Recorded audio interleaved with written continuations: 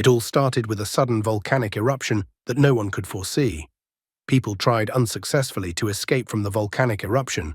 They cried, screamed, and called for help, trying to escape the effects of the volcano. The magma was about to reach the vicinity of the village. The guy notices that there is nothing left of the village. All of it has been destroyed by the disaster. He was tormented by doubts and curiosity. What had caused the end of the world? However, it suddenly turns out that the volcano is the least of people's problems. Standing on the scorched and blazing ground and looking at the alien ships, the guy didn't realize if everything was really happening or not. His right eye lit up, displaying all these horrors: the blood moon, the alien invasion, the end of the world. It made him feel devastated. The guy still thought and hoped he was dreaming it all. Another beam of energy shot out of the alien ship and traveled deep into the Earth. After that, the entire planet was covered in cracks and was instantly destroyed. At the same moment, the guy woke up in his bed and jumped up from the bed in horror. The grandfather wondered if his grandson was okay and if his grandson had a nightmare. The grandfather asks his grandson to calm down because his grandfather is near. The guy smilingly remarks that he is only having a nightmare. It turns out that the grandfather was worried about his grandson for a reason because the grandson slept for a whole day. The grandson notes that sometimes it is good to sleep like this. He tries to get away from the nightmare and asks his grandfather what they will eat, as he is hungry. The grandfather was going to feed the kid anyway. The grandfather reminds him that the grandson should go see Dr. Liang after he eats. Since the boy has taken a big hit, the doctor should examine him. The grandfather even wonders if his grandson has heard his admonition, but the grandson assures him that he has heard everything. After that, the grandfather leaves the house as he had to go to work. He once again reminds his grandson to go see Dr. Liang. While feeding the ducks, the grandson once again remarks that he understands everything and not to let the grandfather worry. The grandfather is still worried about his grandson, though, since his grandson is so stupid. As he continues to feed the ducks, the boy himself notes that he knows exactly what his grandfather is thinking. Everyone in the village, including his grandfather, for 16 years thinks the guy is a complete idiot. His parents died early, so he has lived with his grandfather his entire conscious life. The grandfather said the kid never cried. Until the age of 4, the grandson did not talk, preferring to just sit alone. As various gossips spread around the village before the grandfather had to take the boy to the doctor. Dr. Liang suggested that he had mental retardation. The grandson perfectly remembered the expression on his face at the moment when the doctor said the diagnosis. The grandfather's face was filled with pain and despair. Then the boy clearly heard his grandfather's words. He heard that it was even good, because now he would not have to go to school, and there was no need to look for a bride. As long as the grandfather is alive, no one will harm or offend the boy. It turned out that the grandfather was silent at that moment. The boy did not realize whose voice he was hearing at that moment. Soon he began to hear more and more voices. Male voices, female voices, elderly voices, children's voices. He heard someone talking about how the Huang family was not pitied, insulting them behind their backs in every possible way. Meanwhile, the grandson continued to grow, and there was nowhere to go. Who blamed the child for everything? When the boy heard several voices at once, at that moment he realized that he could hear people's thoughts, the voice of their hearts. Later he received a lot of information, not only about people, but also about plants, nature, and the universe. The huge flow of information was not always assimilated in his head, so in childhood he often fainted and fainted. However, as he grew older, he began to adapt. Other people's thoughts still did not leave his head. While passing by a group of people, he could hear someone complaining in his thoughts that he had lost all his money in betting. Although he could still hear people's thoughts, as he grew older he learned to control and discard unnecessary information. However, he had no control over the data he was receiving from the universe. The day before yesterday, he didn't restrain his curiosity and took a look at the moon, where he discovered a horrifying fact. It turns out that the moon is not a satellite of the Earth. The moon is a battle weapon created by an alien superior civilization to monitor the Earth. Hidden beneath the surface of the moon is a hollow structure full of mechanical devices. There are also thermonuclear weapons and kinetic cannons. The most deadly weapon for Earth is the moon itself. Even a slight change in the moon's position can cause tidal changes on Earth to bring catastrophe. There are too many weapons aimed at Earth. However, what worries the guy the most are the two huge figures he saw on the moon. These are the legendary aliens, from whom the guy received important information. The total time of observation of the Earth is 12,831 years, 4 months and 19 days. The discovered advantages of humans, a pleasant odor. It was from exposure to this information that he passed out for an entire day and night. This information affected most of the final scenes in his dreams. He wondered if the scenes in his dream would come true or not. But the guy decided not to worry about it because the aliens had been watching the Earth for so long but had not done anything about it. At least it occurred to him that if the aliens were treating humans like food, then maybe they were. Most of the unexplained disappearances of people in the world are alien-related. Reflecting on this question, he suggests that until some colossal change happens on Earth, the disappearances are likely to continue. It couldn't go on forever, which meant that someday the day would come when the aliens would attack. He wondered when that day would come. And if that day came, what was humanity to do? Even with all his powers, he couldn't make such predictions. He even brushed the thought away because the fate of humanity did not depend on him. He's just an ordinary country boy, so he doesn't want to think about such things. In the meantime, he needed to stop by Dr. Liang's house as he had promised his grandfather. Seeing the huge crowd, the guy wondered what had happened. As it turned out, Dr. Liang had suddenly disappeared, and no one knew what to do. The village chief and the officer went into the medical center, but they still hadn't come out of there. Dr. Liang was always communicating with the villagers, and suddenly she disappeared without saying anything to anyone. Touching the fingers of his left hand to his temple, the guy started to think. He tried to discard the information about the outside world as it could help him find out information about Dr. Liang. After analyzing the information he received, he found clues based on the boot and wheel marks. There were a total of 5 people and 1 vehicle. The time the footprints were left was 7 o'clock in the morning. From the footprints, he began to reconstruct specific information about the object. Soon he notices that 4 people drove Dr. Liang in their car while she was unconscious. He also had time to notice that Li Fan of the Li family was at the scene at that moment. Li Fan witnessed what was happening. Finally, the village chief and Officer Wang appeared from the nurse's station. Village chief asked the officer where Dr. Liang had gone and why she left without saying a word. Officer Wang noted that the door was open, the lock was not broken, there was no sign of a struggle, and no belongings were missing. The doctor did not respond to the family's calls, which means there is definitely something wrong with this case. An officer asks the crowd if anyone has seen Dr. Liang this morning.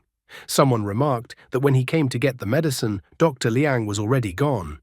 Li Fan, on the other hand, notices at this point that Dr. Liang is probably already dead anyway, so he decides to keep quiet to avoid getting into trouble. At this moment, Huang Ji runs up to Li Fan and informs the officer that Li Fan saw everything. The blonde panicked and said that he never said that. The village chief wonders if Li Fan saw Dr. Liang. The blonde continues to make excuses, the more he doesn't understand how anyone can believe the words of an idiot. Huang Ji then says that he saw everything because his grandfather asked him to go see Dr. Liang at 7 o'clock in the morning. He went out early, but he decided not to go to the doctor yet. And then he noticed Li Fan standing near a tree. The blonde man started to mumble, and his speech became suspicious. The father couldn't stand it, ran up to his son and hit him. The father didn't understand what all the secrets were about, and he told his son to tell everything he knew. Sitting on the ground and crying, Fan admits that he saw Dr. Liang being led away by several people. The father is furious and doesn't understand why his son didn't tell him right away. The village chief tried to restrain the father. Li Fan admits that he didn't tell him because the men were fierce, and the men also had knives. The boy was afraid that the men would take revenge on him. Village chief immediately asks the officer to check it out. Officer Wang immediately called to verify the information. After the phone call, the village chief asks Officer Wang what they should do. Officer Wang informs him that Dr. Liang's parents have also disappeared. The man is shocked because it might have something to do with the doctor's family. Officer Wang did not want to jump to conclusions about whether or not these events are related. He didn't understand why he would go to such a faraway place to kidnap an ordinary doctor. The village headman asked the officer to rescue Dr. Liang, for she was the local heroine. Huang Ji knew very well that these people were now hiding in an abandoned temple on the mountain, less than 1 kilometer away from the medical center. If the guy told anyone about this, no one would believe him. However, there was a need to hurry, as Dr. Liang was already on the verge of life and death. Dr. Liang was like a sister to the guy, so he didn't want anything to happen to her. After reaching the place, he decided that first he needed to find the places where the traps were set up, and then already reveal the location of the doctor. He had a bad feeling because of the information he received. If the police continued inaction, the doctor's life would be in danger. That's why the guy decided to act on his own. The guy wanted to protect Dr. Liang at all costs. When he arrived at the place, he immediately discovered all the traps set up. He jumped on a tree and tore down all the traps that were set by the criminals. It even amused him to tear down the traps, because setting the trap for the criminals was probably very hard. As he lands on the ground, he notices that if he hadn't scouted the situation, the police officers would have fallen into the trap, but now everything was going to go smoothly. At the same instant, he heard someone's voice. He was too close to the facility and was able to hear the voice of Dr. Liang, who was in danger. All 4 criminals gathered around the doctor. One of the men splashed water on the doctor to rouse her. The ringleader of the whole gang asks that the doctor answer where she hid the golden Buddha. The woman admits that she doesn't understand what's going on. After all, they've had the golden Buddha since childhood, and no one has ever told her where it was found. One man can't hold back any longer. He declares that a couple of idiots stole not only the golden Buddha, but also spent 4 million. He doesn't understand how their daughter couldn't have known about such a thing. Dr. Liang informs him that she doesn't know anything, because her parents abandoned her and she didn't get a single coin from their funds. Therefore, the criminals can kill her, only there would be no point in doing so. The criminals do not understand what to do next, because their plan has failed. Earlier, the man thought that Liang worked as a secretary, and if he finds her, he will definitely be able to get to the golden Buddha. Now it turned out that the woman knew absolutely nothing about it. The man asks the other to leave the woman on the street, as it was time for them to run away. The man asked not to blame him, as the girls saw their faces, so they can't just let her go. Huang Ji decides that now is the time to save Dr. Liang. The men panic when they hear a noise, because it seems that their trap has been triggered and someone is coming up the mountain. However, they still wanted to finish the matter with Dr. Liang. Huang Ji didn't like this situation. He didn't understand why men were so cruel. They left him no choice, and Huang Ji decided to pretend to be an idiot to divert the criminals' attention. The man with glasses didn't realize who appeared in front of him. One of the men pointed out that the man in front of them must be a villager. Dr. Liang asks that the criminals not touch the guy as he is sick and does not recognize the criminals. One of the criminals has heard of him. He recognizes him as Huang Ji, the village's famous idiot. Then the boss orders the man to deal with the idiot.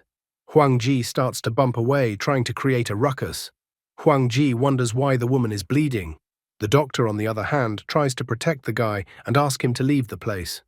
The boss is fed up with all this and informs the doctor that she has found a companion in the other world and that he will join her. The man decided to immediately follow the boss's order and deal with the idiot. Huang Ji did not wait for his death and decided to counterattack. The man immediately started panting because he didn't expect such a quick reaction and punch from the idiot. The other criminal immediately stood in his place. He didn't realize what his accomplice was doing. He even called his accomplice useless, and that he always had to redo everything for him. He attacked Huang Ji, but the latter easily grabbed the man's elbow. This blow hamstrung his opponent, and Huang Ji easily finished off his opponent. A third criminal intervened, but Huang Ji easily blocked his attack. Afterwards, Huang Ji sent the criminal flying with a precise leg kick. All the defeated criminals were in front of that idiot. The boss didn't understand why his subordinates still hadn't dealt with the snotty youngster.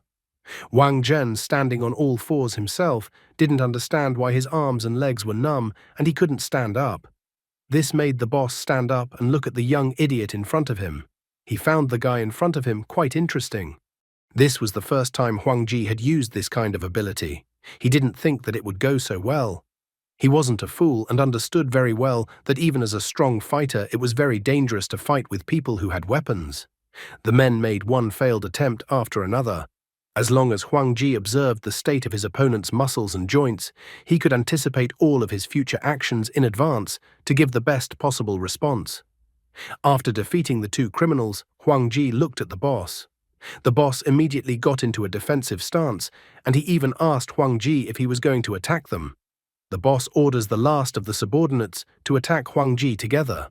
Huang Ji didn't hesitate and immediately ran to Dr. Liang and told her that he found out that the doctor was kidnapped. The woman is shocked that the guy was able to deal with two criminals. She doesn't understand how the guy managed to do it. The boss and subordinate froze at that moment. Untangling the woman, Huang Ji admits that he just threw a couple of punches indiscriminately. He didn't expect the men to fall so quickly. The woman is hurt, and so the guy wants to get her home as soon as possible. The woman doesn't believe it, and there are still two criminals left. She tells Huang Ji to go down the mountain as fast as possible and call the police. The boss and subordinate, meanwhile, decide to seize their opportunity while Huang Ji forgot about them. With a slight duck and a swing of his elbows, Huang Ji easily knocks the weapons out of the hands of the criminals. The woman pounces on one of the men and tells him not to touch Huang Ji. As soon as the man falls to the floor, the woman immediately tells Huang Ji to run away. However, at this moment, Huang Ji twisted the boss's arm. The boss is the most surprised. To him, the guy seems very strange. He originally thought that Huang Ji was hitting at random, but it turns out that his punches hurt a lot. In the same instant, Huang Ji seals the boss face first into the floor, to the great shock of the doctor and the other criminal. Huang Ji notices that the boss is such a weakling because he didn't even use force, and the boss has already fallen down. As it turns out, Huang Ji often does physical work while the boss is mostly sitting down. After so long, the police finally arrive on the scene. Officer Wang orders the criminals to lower their weapons as they are surrounded. Suddenly, Officer Wang notices a very strange situation. All the suspected criminals are lying on the floor, and their local idiot is standing over the boss. The boss even starts crying at this point. He has been preparing for so many years for this moment, he never thought that some idiot would take and ruin everything. Later, Officer Wang put a vest over the woman and gave her a glass of warm water. To be sure of what was happening, he asked the woman if he had correctly realized that she had been rescued by Huang Ji. Dr. Liang confirms this because if it wasn't for Huang Ji's help, she would have been dead by now. The officer wonders what Huang Ji forgot on the mountain. He also praises the guy and asks him not to run away anymore and not to make grandfather worry. Looking at the criminals, Officer Wang wonders if Lu Jingmin is among them. The boss is shocked. He couldn't understand how the police knew his name. After all, he is usually called by his nickname by everyone. Since the criminals don't want to cooperate, then Officer Wang thinks they will be comfortable keeping quiet in the police station. Huang Ji decides to walk Dr. Liang home. She thanks the guy for being there for her and saving her. The guy is all glowing and states that grandfather says that people should act according to their conscience. Dr. Liang smiled slightly at these words and felt that the guy's grandfather was right on this point. This made the woman become bolder, so she called Officer Wang over and decided to give him some more information about the case. In this way, the kidnapping case in Huazhuang village was safely concluded. Dr. Liang told the police all the details of her involvement in the theft from the museum that year. If she had spoken up earlier about what was so troubling to her, the stone would have fallen from her soul as soon as possible. She had decided to get rid of her attachment to her foster parents too. She didn't want anything to bind them together anymore. The problem with the threatening letter that had appeared was also solved in no time. The boss reported that he had written the letter. He confessed that actually, deep down, he didn't like his nickname, so he decided to write his real name. He was forced to, and he had nothing to do with it. Lu Jingming decided to make himself look like a victim to somehow shorten his prison sentence. However, the police couldn't really believe it, because the other accomplices claimed that Lu Jingmin was their boss. However, the boss continued to deny it and convinced everyone that he was framed in the case. Even though the police had their doubts, they still had no other suspects. As long as it pays off, everyone will talk nonsense to reduce their jail time. The police would not suspect Huang Ji, but he did not behave very nicely. A few days later, when the villagers were harvesting their crops, they were distracted by sudden events. The villagers wondered why the police had come to the place again. As it turned out, the police came along with Dr. Liang's foster parents. Most likely, Huang Ji had somehow reported the whereabouts of the doctor's parents to the police. That was what his despicable act that he had mentioned earlier was all about. After that, the doctor's foster parents were led to the village reservoir. The doctor's foster father reported that it is at the bottom. Officer Wang notices that the couple had built up the reservoir before leaving the province. The parents have already explained everything. They spent all 4 million and only had a few 100,000 left. The golden Buddha was hidden in this reservoir. He also asked that Huang Ji pay attention to those who came with the criminals, since those were from the provincial museum. The guy couldn't blindly believe the criminals that they had spent all the money. After taking a closer look at the man, the guy realizes that the man has a hidden deposit, which is $3,150,485. Huang Ji even recognized the specific location of the hidden deposit. The foster father naively thought that he would be able to spend his money after he got out of prison, but Huang Ji was not going to let that happen. Soon a chest was recovered from the reservoir. Upon opening the chest, the experts were convinced that in front of them was a golden Buddha of the Tang dynasty, which had been stolen last year from a museum. Officer Wang doubts that it is a golden Buddha, as the element looked more like copper than gold in appearance. However, the expert assures that the Buddha statue is actually much heavier than ordinary bronze statues. After measuring it, they found that the weight of the Buddha is very close to the volume of gold.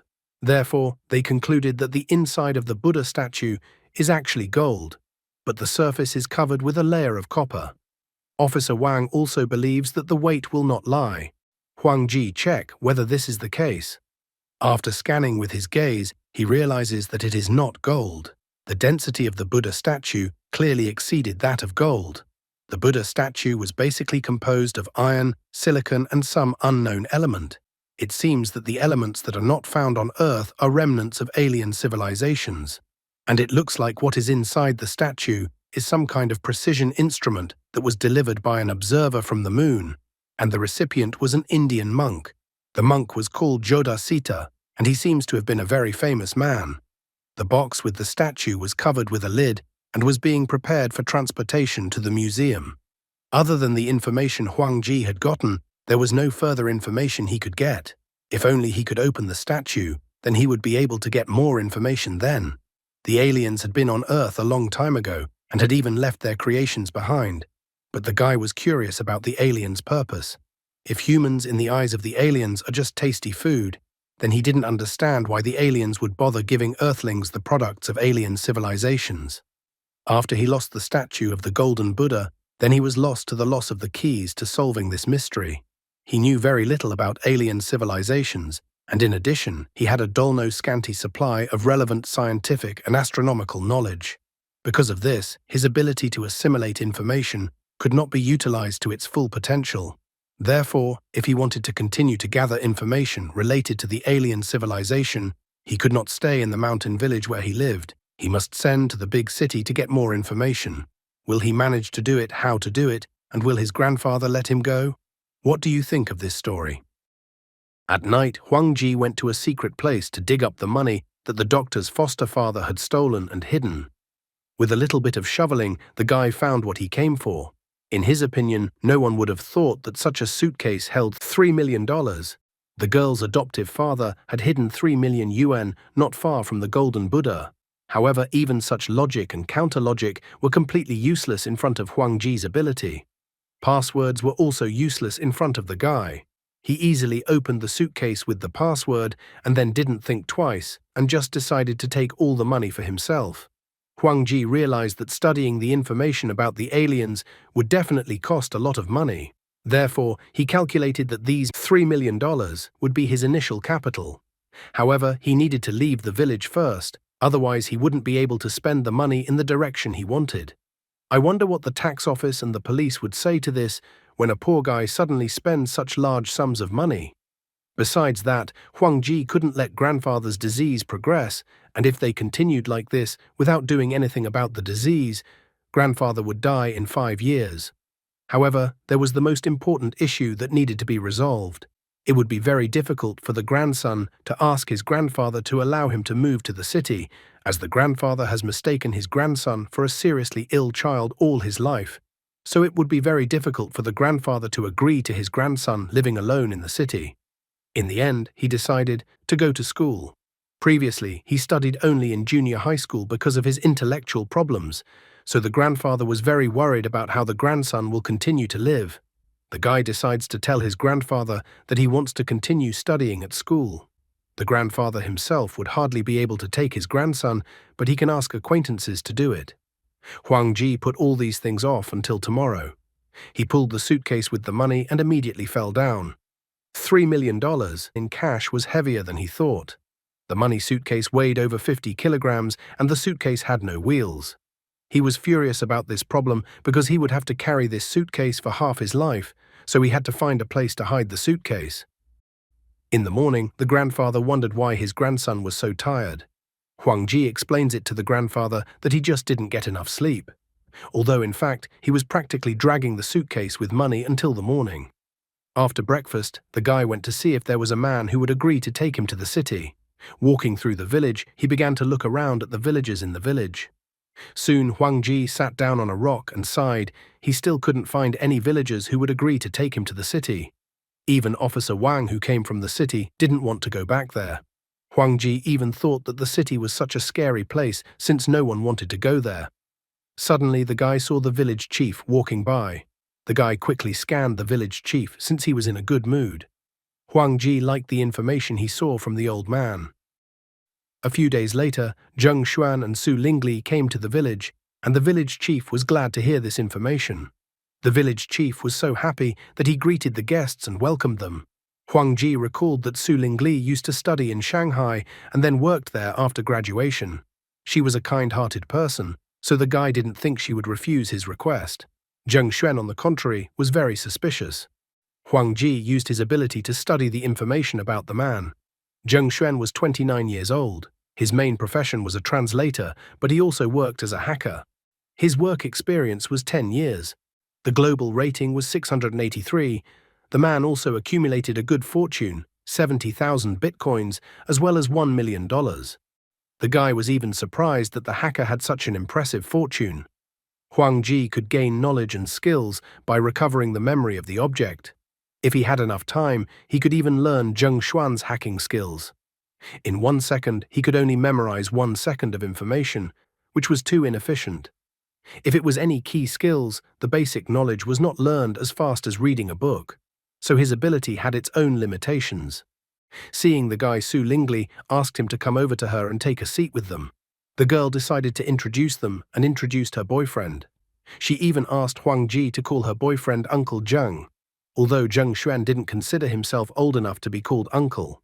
The girl informed her boyfriend that Huang Ji had a mild form of intellectual disability, but it was safe to socialize with him. Zheng Xuan calmly took note of this information. After that, Huang Ji told Su Lingli about his desire to study and then called his grandfather for dinner. The village chief called Zheng Xuan at that moment because there was a problem with his TV set, and Su Lingli said that her boyfriend was good with technology. Zheng Xuan said to rely on him and that he would take care of everything. When Zheng Xuan looked at the TV, he noticed that it was an ancient TV and that there was no other TV like it in the city. He only hoped that there was no hardware malfunction in the TV, otherwise everything would have to be replaced. Huang Ji didn't miss his chance and praised Zheng Xuan for being so cool that he could even fix TVs. As Zheng Xuan examines the inside of the TV, he remarks that there is nothing special about it and that the TV will soon fail again anyway. Zheng Xuan will only extend the life of the village chief's TV a little, but the village chief will still have to buy a new TV. Zheng Xuan wonders where his decoder is, at which point Huang Ji holds out the part to him and wonders if he needs it. Zheng Xuan confirms that he needs the part. After Huang Ji wonders if Zheng Xuan needs the part or not and holds out the part to Zheng Xuan, again correctly guessing the part, Zheng Xuan is already wary and wonders how the guy could know this. Having finally fixed the TV, Zheng Xuan wonders if the guy has ever done TV repair before. Huang Ji shakes his head negatively. Zheng Xuan doesn't understand how the guy knew what he needed back then. Huang Ji notes that he just watched Zheng Xuan disassemble the TV and memorized it like that. However, it all seemed too suspicious to Zheng Xuan because in his opinion, people don't have time to memorize everything in such a short period of time. Even if he took a picture, it is not a fact that he would have understood everything. He even makes the assumption that the guy might have a photographic memory. He decides to test the guy on his abilities. He quickly took the laptop apart, then asked the guy to help him with the assembly of the laptop. Huang Ji agreed and started to assemble the laptop.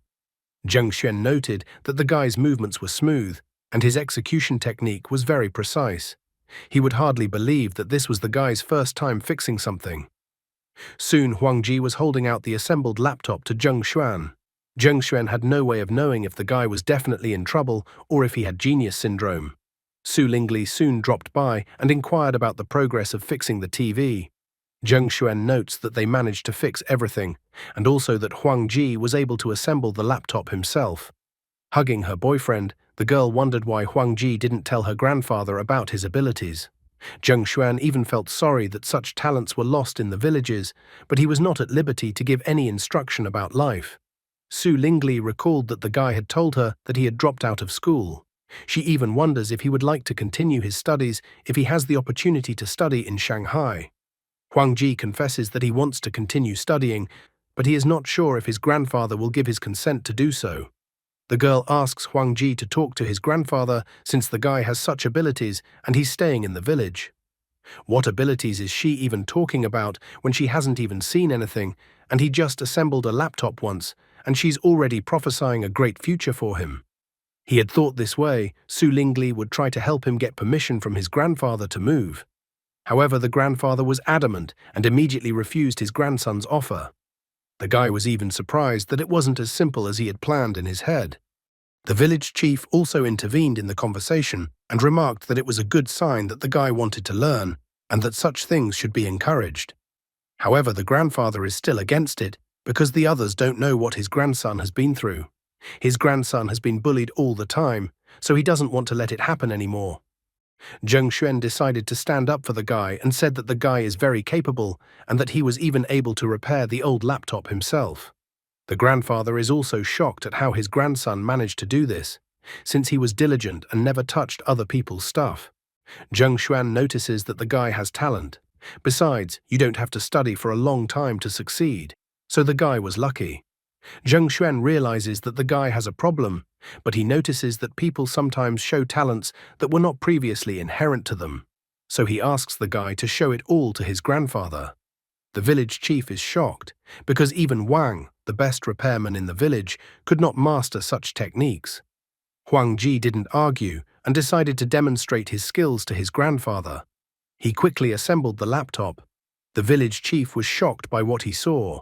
The grandfather also didn't fully understand what had just happened in front of his eyes. He noticed that while his grandson was assembling the laptop, his grandson's face was so concentrated. On normal days, the guy had the same expression on his face and didn't change in any way. It was the first time the grandfather had seen his grandson so enthusiastic about something. The grandfather was so happy for his grandson that he was not hopeless after all, and that he was finally able to find something he was interested in. The village chief even suggested that the guy enroll in a technical school. Zheng Xuan knew of a technical college that offered a 3+2 system. The first 2 years would be high school material, and the remaining 3 years would be devoted to vocational skills. After completing his studies at the technical college, the guy could get a diploma of higher education. The certificate would then not be of use to him, and he would not have to retake the exams. Huang Ji is all glowing with such information. However, the grandfather is still worried about whether his grandson will be able to cope with all this. The village chief realizes that the grandfather is still worried, but he notices that the guy is not as stupid as everyone thought. In addition, the village chief notes that Zheng Xuan and Su Lingli will be with the guy to help him.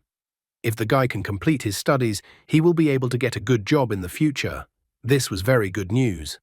The grandfather understood everything perfectly well, but he just lacked confidence.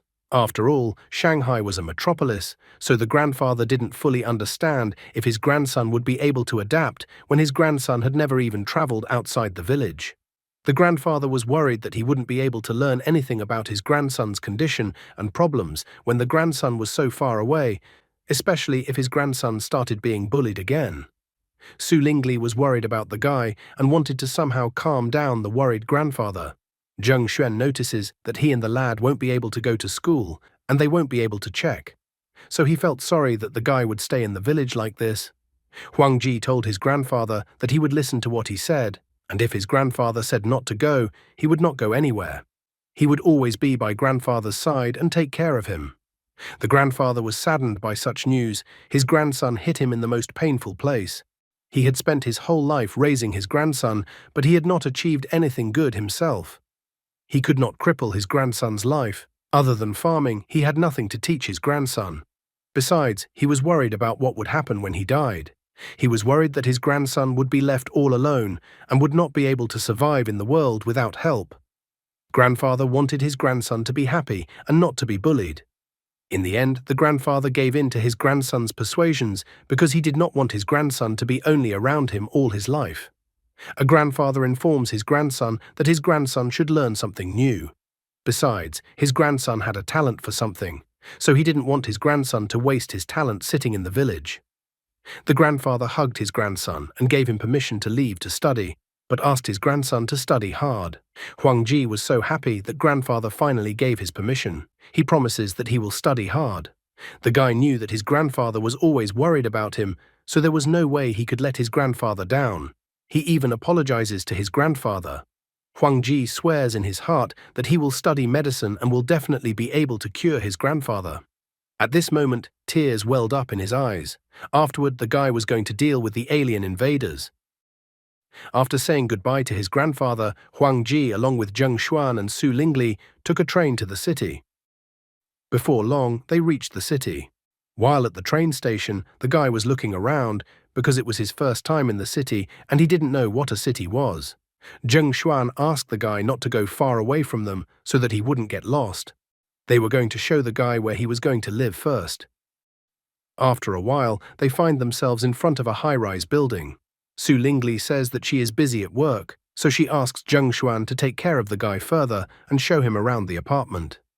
Zheng Xuan thinks it's problematic for everyone to live together, so he offers to rent a place for the guy to live. Su Lingli didn't like this information. She didn't understand what could be so valuable in her boyfriend's apartment that she even assumed that her boyfriend was going to take girls to the apartment while she was away. Zheng Xuan denied such claims by the girl and asked her to trust him. In fact, he never got around to telling his girlfriend that he was working as a hacker. Su Lingli didn't care about the guys anymore as she called her boss and informed him that she had just returned to the city and would be at work soon. The girl then explained that she had to go to work and left Zheng Xuan to look after Huang Ji. Zheng Xuan allocated the guy a room in their apartment absolutely free of charge. He then said that his room was next door, and if the guy needed anything, he could come and call him. Huang Ji asks Zheng Xuan not to worry as he is not going to give him any trouble. Zheng Xuan is glad that the guy understands. Huang Ji realizes that Zheng Xuan has his own secrets, and he also has his own secrets. So he thinks it would be good if they don't interfere with each other and each mind their own business. Huang Ji remembers that when they were driving home from the train station, he saw a bookstore, so he asks Zheng Xuan's permission to go there. Zheng Xuan doesn't mind such a request from the guy. After that, they went to the Xinhua bookstore. Zheng Xuan was a responsible guy and stayed close to Huang Ji, keeping an eye on him and what books Huang Ji was reading. Huang Ji was getting a little annoyed that Zheng Xuan was following him around and wouldn't give up. Huang Ji finally gives up and tells Zheng Xuan that he wants to sit and read for a while longer, but Zheng Xuan must have his own things to do. He promises that he will handle everything himself. Only after that, a tired Zheng Xuan decided to go home, which was nearby. He asked the guy to come home for dinner, but then he changed his mind and decided he would follow the guy to the bookstore himself. Huang Ji was glad that Zheng Xuan had stopped following him. After that, he finally decided to go after the thing he needed. After waiting for Zheng Xuan to leave the bookstore, Huang Ji went to the subway. After looking at the subway map, the guy found the city's mail sorting center. Soon, the guy was at the city mail sorting center. He came to the place to pick up his things and showed his ID card. Huang Ji said that his things from Huazhuang village were sent 2 days ago, and he was wondering if his things had already arrived. The man smilingly decided to check, and then reported that a few hours ago the items had arrived. Huang Ji thinks that the things are heavy, so he asks to rent a cart. After that, he rolled out with the cart to the street. On the street, he caught a cab and asked the driver to take him to the east side of the city, to the Platinum House. After getting into the cab, Huang Ji was glad that he sent the money suitcase away before leaving. It would have been incredibly hard for him to carry such a heavy bag by himself. Since the money had arrived, he was now going to find an apartment. I wonder how he would be allowed to do something like this by Su Lingli. I'm curious as to how the author of the manhwa decided to come up with such a thing. I have a large number of questions as the story progresses. How did people assume the guy was a genius if he only put together a laptop that had been taken apart before? How did he manage to mail $3 million? Postal parcels are no longer inspected in China, and it's free to mail anything you want, including such a large sum of money. How can he avoid the scrutiny of the tax authorities when a poor guy from the countryside suddenly rents a nice apartment in the city? I haven't yet taken into account that the author feels like he has absolutely no idea what such a disease implies, which the author gave the guy. Zheng Xuan took the guy in to live with him for free, albeit at Su Lingli's request. Su Lingli and Zheng Xuan took responsibility for the guy given his problem. Zheng Xuan looked after the guy quite responsibly and didn't let him go alone in an unfamiliar city. Huang Ji, on the other hand, is acting like a real ungrateful pig. They gave him a room for free in the apartment, took him out of the village under their own responsibility, knowing about his problems. Besides, the young couple has their own life, and the guy takes and resents, and he is not happy with the close attention. There are too many conventions in this manhwa that one has to turn a blind eye to. Such conventions in manhwa should have been finalized, as the idea itself doesn't seem outright bad. These are only a small part of the questions that arise when reading this manhwa. What if the author of the story is actually implying that Huang Ji made up all the events and they are only happening in his head? What if the guy is actually so seriously ill that he made up a separate world where he is a superhero? Then it's actually a very sad story. Plus, it explains all the inconsistencies in the plot, since the guy just didn't know about all these things in the world. Soon, Huang Ji reached the high-rise building that was known as the Platinum House. Upon entering the lobby of the building, the guy found that there was no one there. So he wondered loudly if there was anyone in the place. Suddenly, a girl came out to the noise and was surprised that there were guests in the house. The guy immediately got excited and said that he had already talked to the girl on the phone about wanting to rent an apartment in the Platinum House. The girl recalled the guy calling her and that the guy had told her on the phone that he wanted to rent an apartment with 4 bedrooms and 2 living rooms. Huang Ji confirmed his rental offer and asked if there was any problem with that, given the tone of the girl's voice. The girl didn't question further and went to walk the guy to the proposed apartment. The girl couldn't help but wonder where such a poor guy got the money from, but despite the questions that arose in her mind, she didn't ask them. Huang Ji thought that he was mistaken for a poor man because of his clothes, and that clothes are also important when first thinking about a person. Soon the girl led the guy to one of the apartments. She inquired how he liked the apartment. The girl also pointed out that this apartment was not only spacious, but the light and ventilation were in excellent condition. After noting the pros of the apartment, the girl announced the price of 5,000 yuan per month. She also mentioned that the price would increase next season. From the looks of it, the apartment was obviously not in the best condition, and the girl obviously brought the guy to this apartment because she thought he didn't have the money for a decent apartment. Huang Ji extracted the information from the apartment, and it turned out that no one had stayed in the apartment for 7 months. To make matters worse, the apartment was cold and damp, there were a lot of mosquitoes, and a man had died in that apartment. The guy, who has been in the village all his life, immediately noticed that the apartment was disgusting. He noted that the girl was doing a very good job, but he knew that a person had died in the apartment and that no one had lived in the apartment for several months. The girl had not yet had time to comprehend the words said by the guy, as he immediately noted that there is a better apartment upstairs and asked to show it. The girl is shocked by such a proposal. In her thoughts, she only remembers that in that apartment there were additional services, so the guy should not have known about it. Huang Ji, like someone who had recently won the lottery, immediately took out a wad of money and boasted that he was holding 100,000 yuan and asked the girl to show another apartment. The girl couldn't refuse the money, so she immediately took the 100,000 yen and was going to do everything. She even somehow decided that the guy in front of her was some cool businessman, and that's why he had so much money with him and had information about the Platinum House. Having led him to the door of a nice apartment, the girl asked if the guy was satisfied with the apartment. She even offered to go inside the apartment with him and help him relax. However, the guy closed the door right in front of her face and refused her services. The girl was not desperate and decided to look for another victim for her services. Surely this is a Platinum House and not a house located in the red light district. Taking a seat on the bed, the guy was glad that a temporary abode had been found. After that, he proceeded to purchase a computer. Soon there were many couriers outside the Platinum House. One of them asked if they were all carrying computer parts. Someone said he was carrying a printer. One of the couriers was, because he doesn't know anything about computers, and the customer specified not only the model needed, but also the shopping center where everything could be purchased. The courier was pleased with such professionalism of the customer. The couriers reached the door to the guy's apartment, and the guy greeted them happily. The girl at this time looked out from around the corner. She was wondering why so many couriers and such a large number of boxes had appeared. Once the couriers brought everything into the apartment, Huang Ji started to assemble the computer. Soon he had assembled everything he originally wanted and stood happily looking at the result of his work. He had never used a computer before, so he was a little worried about whether or not he would be able to do it. Without hesitation, he sat down at the computer and started looking for information. He had a big gap between theory and practice, so he had to get used to it. However, as soon as he sat down at the computer, he immediately got a headache from the large amount of information he received. Finally, the guy typed in a search engine query about aliens. However, the guy was in for a big disappointment, because he had only familiarized himself with what nonsense could be on the internet. Aliens versus Godzilla, an alien media company, an alien router. All of this information was strange to the guy. After a little thought, he decided to search by keywords: aliens, space, moon.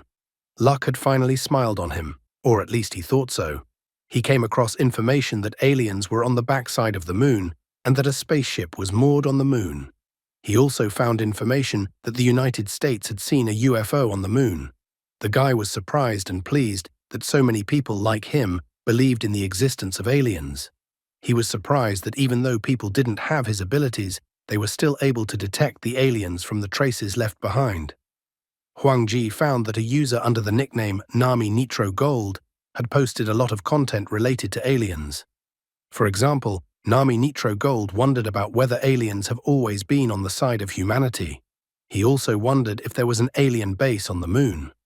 Although Huang Ji thought that all the information was hidden and the American astronauts could already see everything, Huang Ji wondered how Nami Nitro Gold could know the secret information then. Huang Ji decided to check Nami Nitro Gold and found that Dong'an was currently using the computer in Cafe 112 and that his funds were 15 yuan.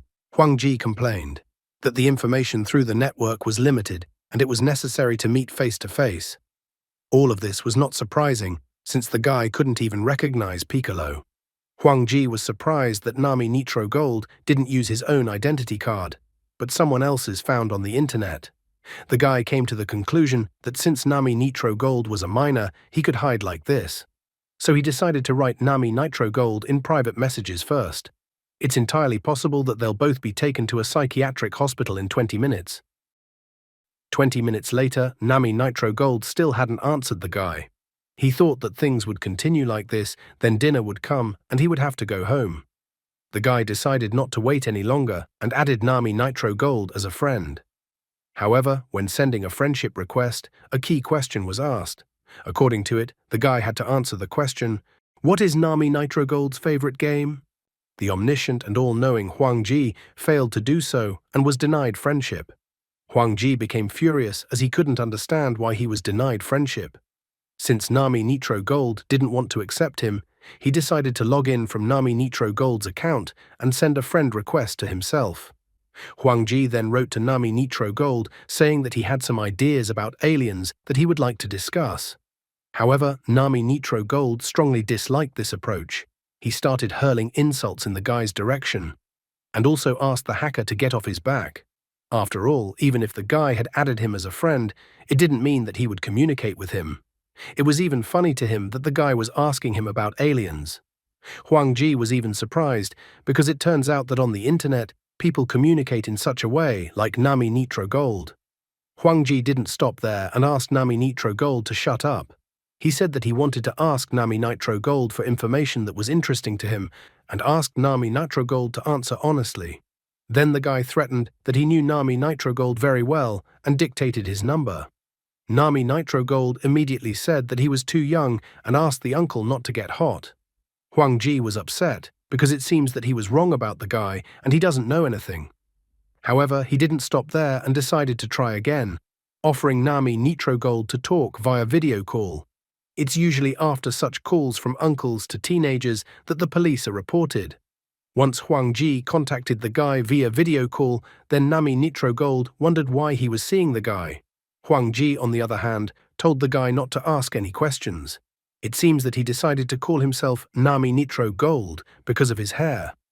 It turns out that Huang Ji can't get information about the person on the other side through video and voice, because what he sees now is just an electromagnetic signal broadcast seen on a screen that doesn't match the conditions for seeing and hearing directly. Huang Ji immediately told the guy that he saw he post on the internet about aliens. He was curious as to why the guy thought such a thing and what his reasoning was. Huang Ji was curious how the guy knew that American astronauts had seen aliens. Nami Nitro Gold brags that he found all these secrets in secret FBI files. He also revealed the information that aliens destroyed the Challenger. Nami Nitro Gold doesn't stop there and tells the guy that the aliens have reached an agreement with the United States to help develop weapons and that there is an underground base in Area 51. Huang Ji felt increasingly enlightened by such valuable knowledge. However, he was very upset when Nami Nitro Gold began to tell him that the United States had not landed on the moon, and that all the live broadcasts from that year had been filmed in advance. Nami Nitro Gold even asks to point out that there is no water on the moon, and he then wonders where such clear footprints came from, and other than that, there should be no shadow. It finally reached Huang Ji that the guy in front of him will not give him any useful information and is talking nonsense, so Huang Ji turned off the computer. The guy had long known about the astronauts landing on the moon and that it was pure truth. Now he needed to go back to the bookstore as soon as possible. Soon, Zheng Xuan returned to the bookstore after work. He informed that it was time for dinner and came to walk the guy home. Huang Ji picked up a whole stack of books from the bookstore that Zheng Xuan was even surprised by this, and that the guy likes to read so much. Huang Ji decided to put aside the alien matter for now and focus on gaining more knowledge first. He lacked even basic knowledge, so he needed to catch up as soon as possible. The guy began to study diligently, as if he was making intensive preparations for Gaokao. After reading a book, he immediately internalized the material, not even needing to read a second time. He hadn't been very good at reading books before. Recalling them was a waste of his ability to absorb information. Any information he read or learned was automatically stored in his mind. It was basically like a photographic memory, only in an enhanced form. Even if he lost his memory, he was sure that he would be able to recover all the information stored in his head almost immediately. Besides, he not only memorized all the information, but could also put it into practice. This ability set him apart from other people who took a long time to learn something. What a wonderful ability! The author himself probably admired people with photographic memory and dreamed of an improved version of such a human ability. However, the guy realized that knowledge should be constantly updated, not dust on the shelf. He used to know the word gravity, but he had not systematically studied the corresponding theory of cognition, so he could not get information about the gravity of an object. Looking at the cabinet, Huang Ji immediately realized that the gravity it was subjected to was 2,905.251 thousandths. He didn't even need to calculate the formula because he could see at a glance how much gravity the object was subjected to. However, if the cabinet was placed in a different place, the gravity would become different, but even such differences could not escape his eyes. After that, Huang Ji decided to learn the basics of physics. The basics of physics would not only allow him to gain more information and strengthen his understanding of the brain through learning, but also explore the possibilities of his abilities further, so learning was necessary for him. The next day, Zheng Xuan left his room and complained that he had been up half the night again. He knocked on Huang Ji's room and said that it was already time for breakfast. However, Huang Ji was already awake and informed that he had already had breakfast and that his door was unlocked, and Zheng Xuan could enter the room. When Zheng Xuan approached him, he saw his textbooks and asked him how he was doing in his studies. Huang Ji admitted that he had not read much in the past, so he had to catch up urgently. Zheng Xuan asks the guy to study hard and strive to succeed in the future so as not to let his grandfather down. He said that he had important things to do in the morning, but he was going to take the guy to school in the afternoon to look around. Once Zheng Xuan left the room, then the guy admits that he had already finished reading a book on mechanical engineering in one evening, but he couldn't tell Zheng Xuan about it. While sorting through the books, he remembered that he had thought about practicing medicine, but as it turned out, it was a very expensive occupation, and he had already spent quite a lot, so he decided that he would only read books for now. Digging through the boxes, he found a book on the basics of traditional Chinese medicine. Although modern Western medicine already had a complete research system on the human body, if he looked at it from the perspective of traditional Chinese medicine, the mysteries of the human body were limitless. He was able to learn from the book that the existing set of traditional Chinese medicine was called 409 acupuncture points, but only half of the acupuncture points were being used. There were quite a few points not yet discovered. Besides the 12th, 15th, and 8th meridians, the guy could recognize 9 hidden meridians as well as more than 20 side meridians. Among them, it would be better for him to study the hidden meridians. In the book, there were major veins, and the location of acupuncture points was constantly changing. As it turns out, over the centuries people have gradually forgotten that qi and blood should interact together, and that's why people often get sick. He even noticed that one meridian is mainly responsible for transmitting neuroelectrochemical signals from 5 internal organs and 6 other indicators, and that it is the very real platform for controlling the human body. After learning this information, he decided to think about how athletes were better than regular people. If one thought of muscles, then this answer was wrong. Huang Ji realized that it was all about endurance internal organs. If the muscles were to tense up abruptly, it would put a huge strain on the human body. However, if one integrates a powerful visceral system, it will help to quickly strengthen and stimulate all aspects of human body functions, such as nutrition, blood supply, detoxification, immunity, and body fluid regulation. To Huang Ji, this internal force seemed very powerful.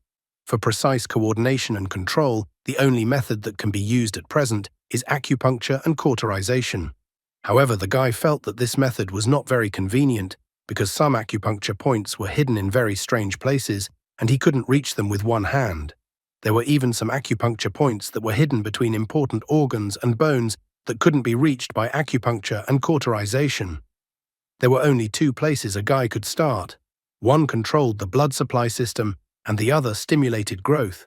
They were all very practical acupuncture points. Deciding not to delay any longer, the guy took off his shirt and decided to treat the Yunmen, Zhongfu, and Tianqi points. After all, these acupuncture points were used as landmarks. However, it wasn't as easy as he originally thought, and it was incredibly hard for him. He had developed shortness of breath. A problem appeared in his blood vessels that he couldn't understand anything about. He needed to fix his position so that he wouldn't miss again, especially since he only had one try. Trying again, he could feel the fat deposits burning intensely and also that his lungs were expanding. Every organ in his body began to grow. He had to change his posture but try to contain the pain. Do not repeat never after this genius, and also having read something once from the book, immediately do it, because it can harm your health and lead to very sad consequences. After changing his position, he felt that he wanted to sleep and finally gave up and decided that he could rest. After a while, Huang Ji felt that his heart and lungs had grown, which made him very happy. However, in exchange, 5 years of his life were taken away from him. The guy was surprised that 5 years had been taken from his life and made the assumption that he had injected toxins. In addition, he noticed that his liver and kidneys had not grown. Only now did he realize that maybe his store of knowledge wasn't enough and that there must be some other way to cleanse the body without acupuncture and cauterization. Is he going to be a space marine? Just at this moment, Zheng Xuan called the guy out for lunch. So quickly the time flew by from breakfast to lunch. After lunch, Huang Ji went with Zheng Xuan to the school building. Zheng Xuan showed the guy where he would be studying before classes started. He good-naturedly decided to show everything to the kid in this school. The first thing he did was to show the guy the cafe where he used to go before. After taking a closer look at the school, Huang Ji disappointedly noticed that the school didn't have famous teachers or advanced academics. This school was basically categorized as a fee-based school. He was even sorry that he wouldn't be able to dive into his student life. But most of all, he didn't want to waste such a precious resource he had, time, especially since he had recently taken 5 years of his life. Suddenly, Zheng Xuan called Su Lingli because she wanted to go shopping. However, the guy reminded her that he was showing the school to Huang Ji.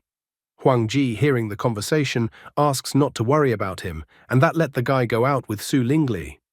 Huang Ji confesses that he has already memorized the way and that he can handle it all by himself. It's usually after such convincing words that some disaster happens.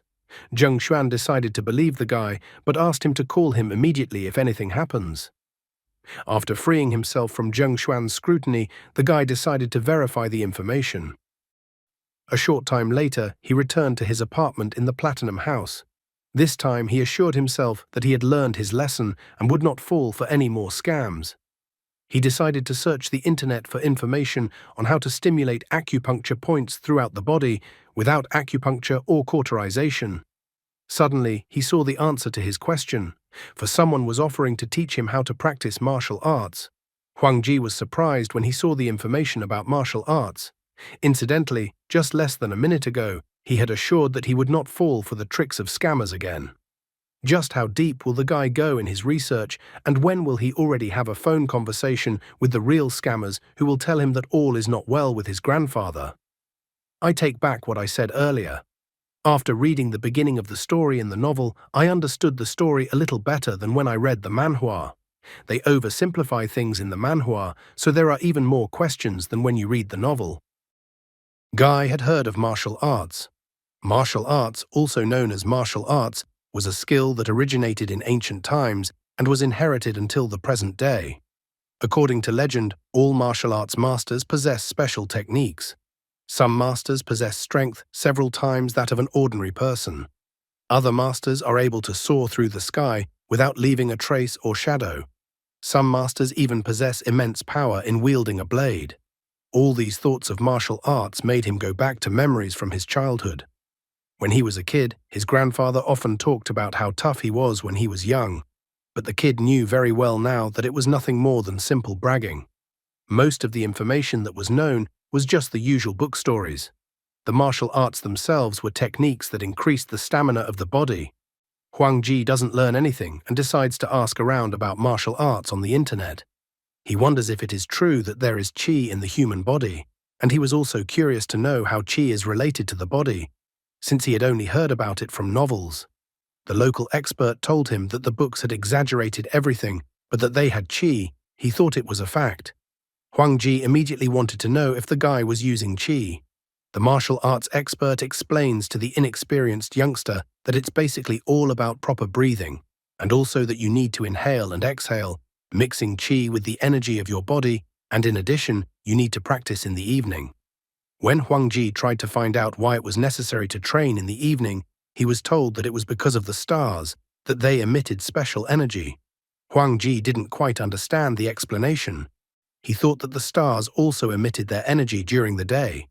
However, it was quickly pointed out to him that he didn't know anything, and his interlocutor was already a cultivator with 10 years of training from a famous master, so the interlocutor had a lot of power. Huang Ji couldn't stop pestering the experienced cultivator, wondering what the cultivator did for a living. The cultivator said that he was currently a businessman and practiced martial arts for his health. Huang Ji was not a simple guy and immediately reminded the cultivator that he had previously mentioned that he was a government employee. The cultivator immediately admitted that he had quit his job and now had his own business. Huang Ji pointed out that the guy in front of him was bragging and that he was only 20 years old. Right after that, the great cultivator deleted his account. Only now did the guy realize that asking for help on the internet for this kind of thing wouldn't really work. Huang Ji once again became a hacker and broke into the great cultivator's computer. He was even amused that such a braggart was actually a true martial arts enthusiast, as Huang Ji found over 100 martial arts-related videos and illustrations on his computer. Some explanations about the body's weaknesses in martial arts seemed quite accurate to him. Unfortunately, pretty quickly the guy began to realize that no one understood the basics of the human body better than he did. After learning about Qigong, he couldn't understand how anyone could trust such information, considering it to be complete nonsense. Just at this moment, he received a phone call from Zheng Xuan. He asked if the guy was already home, as they were about to return home. Huang Ji said that he had gone out for a walk and that he would be back soon. Zheng Xuan thought it was better not to share such information with the girl. However, Su Lingli heard everything and was angry that Zheng Xuan was going to keep something from her. Soon, Su Lingli and Zheng Xuan returned home with their new purchases from the stores. Su Lingli immediately went to Huang Ji's room. She asked him how he was doing in his new place and if he was eating right. Huang Ji remarked that Zheng Xuan was taking good care of him. Noticing a lot of books in the room, she noted that the guy seems to be working hard. Even Zheng Xuan had told her that the guy reads a lot. Huang Ji confessed to her that he wasn't into reading before, so he decided to take up the activity now. She was happy that the guy was so hard-working and diligent, she even felt like telling his grandfather about it. However, Su Lingli reminded the guy that studying also needed a rest, so she decided that they should all go out for dinner together, all at Zheng Xuan's expense, of course. Huang Ji wanted to refuse, but Zheng Xuan remarked that it was useless to try to refuse. After that, they went out to rest, eat and drink, happily celebrating Huang Ji's arrival in the city. After they returned home, Zheng Xuan noticed that he and his girlfriend needed some privacy, so he advised the guy to rest or study on his own for now. Huang Ji immediately took the hint. An innocent guy like Huang Ji immediately blushed all red since he wouldn't turn off his ability to read minds before and heard something he wished he hadn't heard. Once inside the room and settled on the bed, the guy complained that he didn't have a computer in this house. However, he had his phone, so he decided to look up information on Qi. Martial arts were good, but Qigong seemed too mystical to him. At this moment, he heard sounds from the next room that he absolutely did not want to hear. With a completely red face, he even complained that the house had incredibly poor soundproofing, as if the walls were made of cardboard. However, upon checking the walls, he verified that there was nothing wrong with them, and that the soundproofing of the walls was 50 decibels. He remembered that apparently his course of acupuncture and cauterization had strengthened his physical condition, so his hearing had probably improved as well. Trying to look through the wall, the guy noticed that he now seemed to have access to the ability to control the flow of information he was receiving. However, now he could clearly see the ions that came from the friction of bodies and spread through the air. At that moment it seemed to hit him, for ions were electricity, bioelectricity. As he tried to lie down on the bed, he pondered the fact that the human body is filled with countless electrochemical molecules, whether thinking or interacting between organs, and are not separable from electrical impulses. And what keeps biological activity going is electricity, which is an electrochemical signal that transmits the will of the brain to all parts of the body. The heat needed to release bioelectricity is generated by the body's cells. He now had a slightly better understanding of the subject and realized that the word Qigong had been misleading him all along, and the easiest way to explain it was with the word electricity. In addition, he realized that there was no qi flow in the human body at all, and the meridians were just a dozen major pathways with a relatively large volume of transition. Acupuncture points and hidden nodes were the direction of life energy. The meridians and acupuncture points of ordinary people are accessible by themselves, so it's impossible to open them, otherwise people would be paralyzed. In other words, everyone is born with inner talents.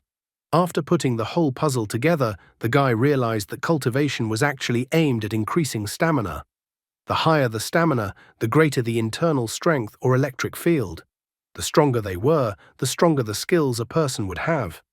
As long as the electric field can penetrate another person's body, their lifeline can be easily cut, causing all sorts of internal damage. For example, with a single palm strike, one could deprive an opponent of kidney function. As he digested all the information he had received, he noticed that although martial arts skills and stamina were very strong, only a few of them included exercises to control the energy in the body. Their internal energy utilization rate is only 4.57% for Tai Chi and 3.64% for Xingyi. But the two best martial arts combined, the utilization rate can be increased to 16%. All of this got the guy thinking about how he could come up with his own way to combine his hundreds of strengths combined with the concepts of hidden acupuncture points and bioelectricity to create a unique technique. This assignment was the first step he needed to take to cope with the aliens, so even though the path was quite difficult, he needed to give his best effort to achieve the goal. 2 weeks had passed since the day he had succeeded in discovering the secret of electrical energy. Now he was constantly absorbing all the knowledge contained in the books, like a sponge caught in a bucket of water.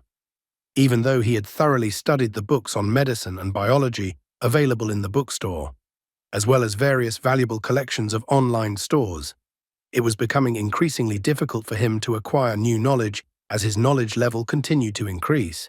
He had even already managed to find a mouse for experiments somewhere. He regretted that his research into electrical energy had encountered obstacles. After all, the tiny discharge of current was not even enough to harm a human being, let alone knock out a mouse. Looking at the little mouse, the guy decided it was time for him to finish his book's learning. What happened next to the poor little mouse? After that, the guy went outside, deciding that now was the time to go to the experts. Jiang Wan and Li Wei were the experts who were seeing patients today. One was in room 204 and the other was in room 305. He decided to visit them one by one. Jiang Wan was a woman of 35 years old. The global medical skill rating was 247,608. It surprised him that a pathology expert was ranked so low in global medical skills. Li Wei is a male 37 years old. Global ranking in medical skills 170,083. This kind of information also surprised the guy.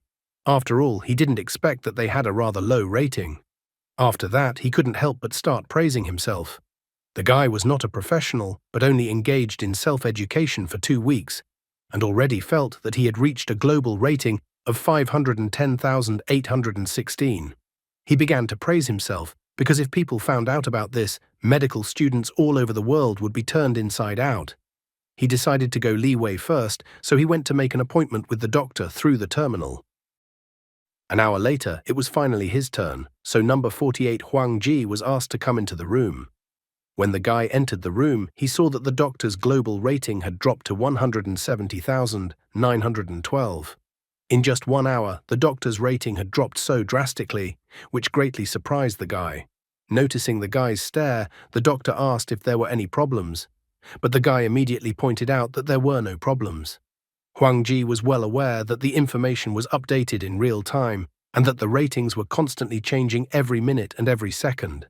Therefore, he understood that it wasn't that Li Wei's skill level had decreased at all, but that over 800 doctors around the world had surpassed Li Wei in the past hour. The doctor immediately wanted to check the patient's cardiopulmonary function, so he asked to lift the patient's shirt higher. Taking a stethoscope in his hands, he began to listen to the patient's breathing. Just at this moment, Huang Ji decided that it was time to gain new knowledge. Looking at Li Wei, he was going to learn all the information from clinical study reports that couldn't be read in ordinary books, as well as articles that could only be found in universities. He was glad because fast face-to-face data transfer was the best thing ever. He could even obtain the knowledge that Li Wei had missed. He hadn't been able to do something like this before, but now he was beyond that.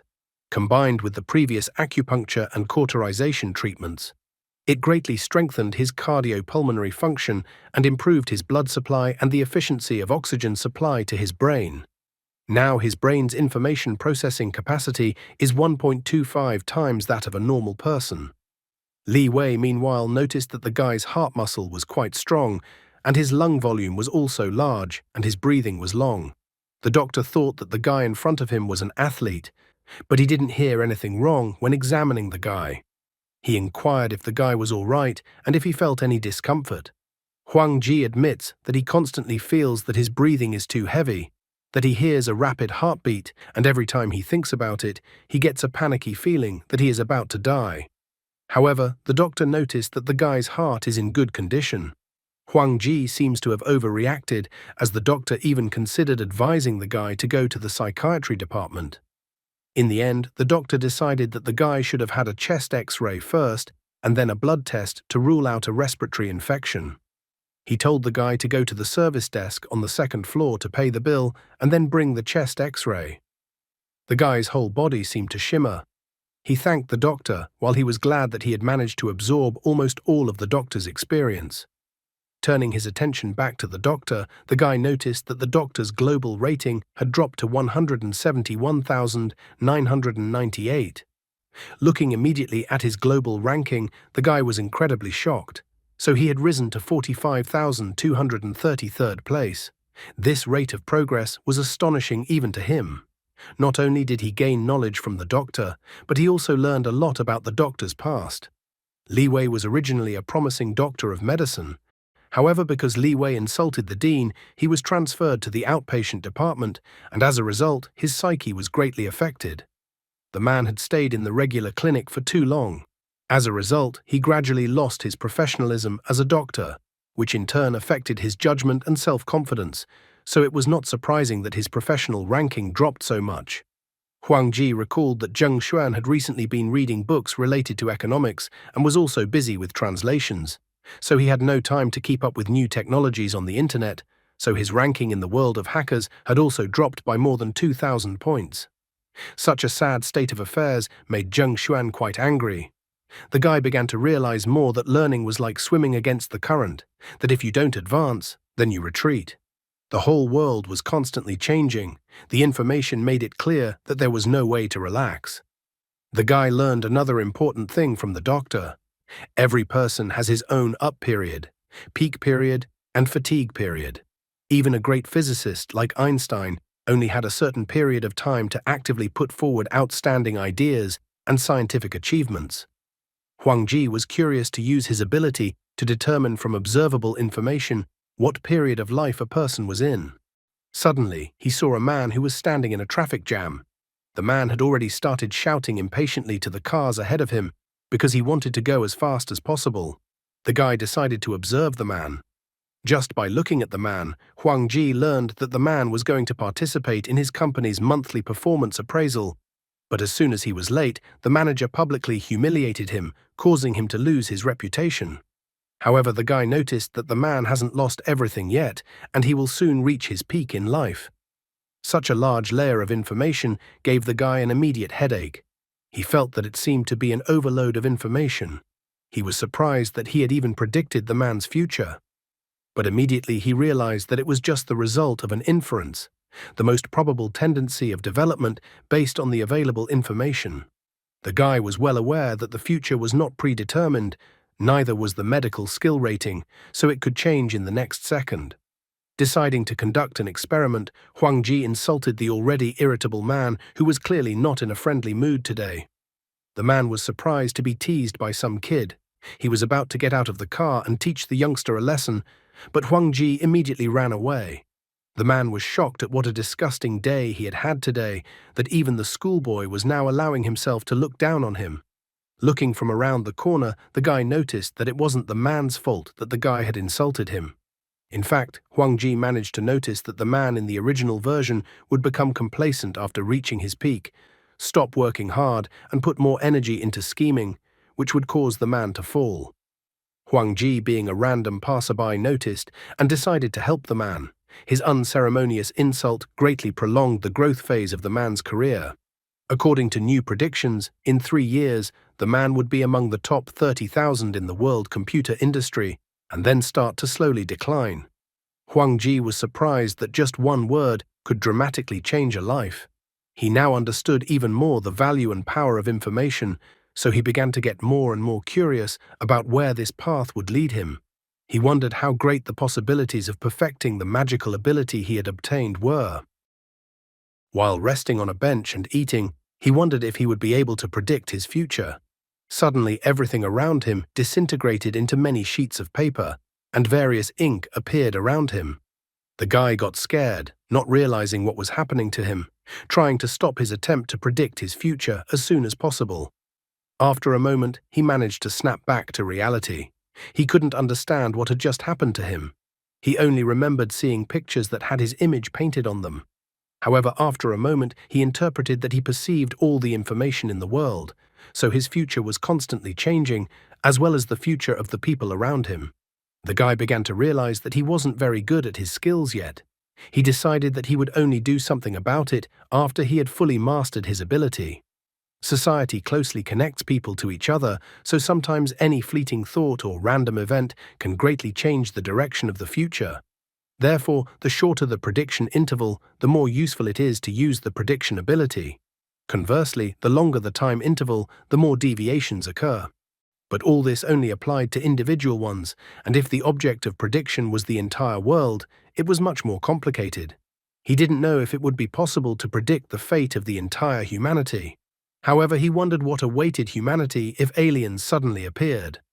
Hard life and questions to which he had no answer and no one to discuss them with without going to a psychiatric hospital. Maybe he's in the Matrix. That's why he can read all the data. Neo, time to wake up. What if all this time the guy's actually in a coma? For now, he was enjoying a peaceful year and beautiful weather. However, the guy knew that in just 5 years, a war would break out in the West that would be incredibly destructive. In 10 years, the economy of the United States of America was also going to collapse. Suddenly, he was incredibly scared when he got to the year 2045. At that point, a blue sun would suddenly appear. The consequences would be incredibly devastating, as the strong radiation would wipe out 99% of the species of living things on Earth. Huang Ji could not understand what would lead to such an event. As he pondered the future, he realized that it would not be an explosion of the moon or an alien fleet invasion. But somehow humanity and almost all living things would be destroyed by radiation. The sun won't explode, destroying the Earth. It will just change its color to blue. Human beings will not be able to resist the strong light and will simply die. This incident would happen too suddenly, so it was important for the guy to see if he could avoid this incident in the future. One option was to find a way to unite all the countries and then concentrate the full power of humanity to solve the problem. With his abilities, he saw no problem as he could develop incredibly fast. Huang Ji once again tried to focus on the events of 2045. The sun was literally showering the entire Earth with powerful comets that people couldn't dodge. He couldn't believe that such a thing was possible, much less that there was a solution to such a problem. Suddenly, he heard someone calling him. Opening his eyes, he noticed that there was a blonde man in front of him who was calling him. Huang Ji asked the blonde guy if he had been unconscious for a long time. The blonde guy reported that the guy had been unconscious for about 5 or 6 minutes.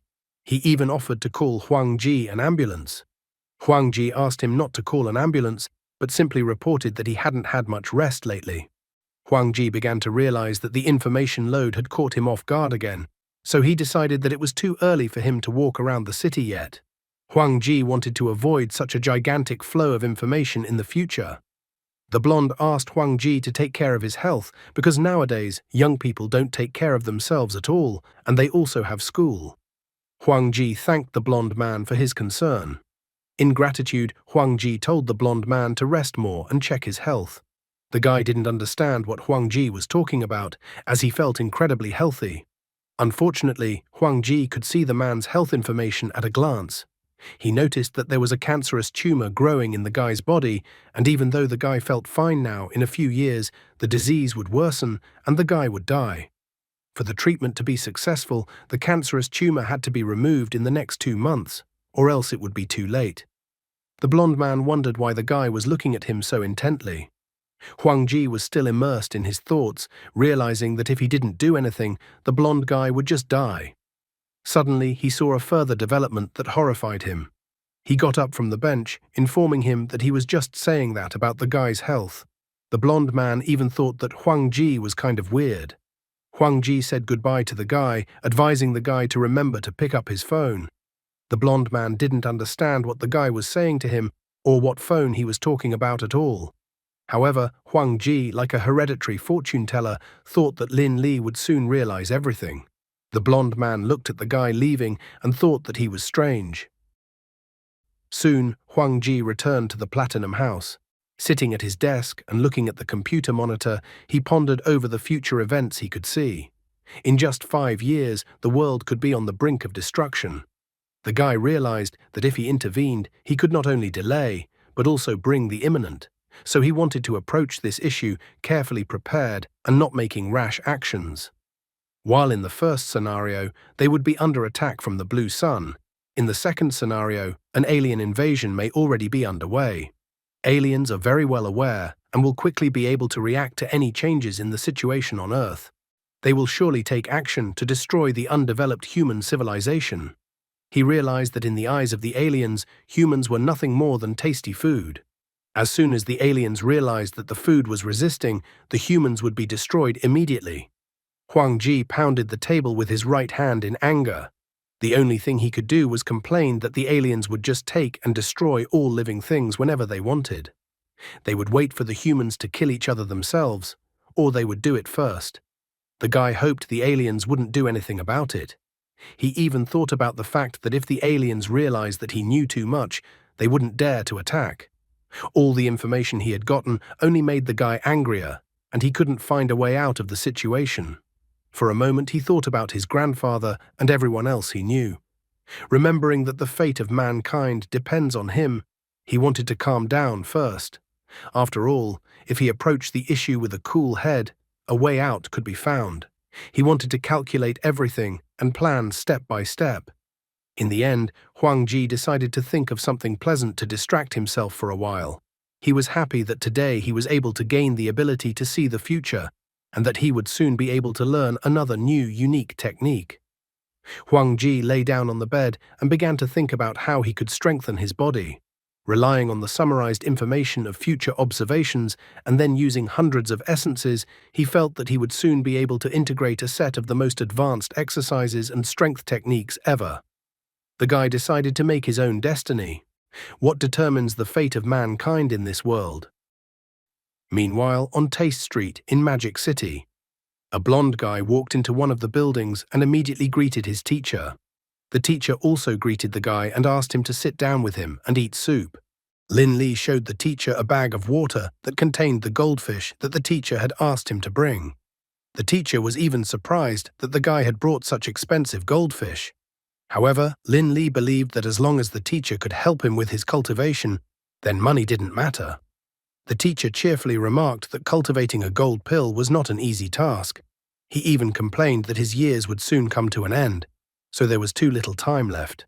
However, the teacher felt that he would be able to help the lad. Plus, he promised that after absorbing the pill, the guy would become incredibly strong. Lin Li immediately stood up. He was so happy that he couldn't hide his emotions. His teacher, on the other hand, advised him not to worry so much and behave with more restraint. He reprimanded his student for such behavior, noting that now he was not surprised that the guy could not cross the threshold of QI purification for a long time, thinking that the guy was still too far away from perfection. Lin Li began to apologize to the teacher again. He asked the guy to practice meditation for 3 days, and only then could the guy go back to him again. The teacher didn't understand why the guy went to pay the bill.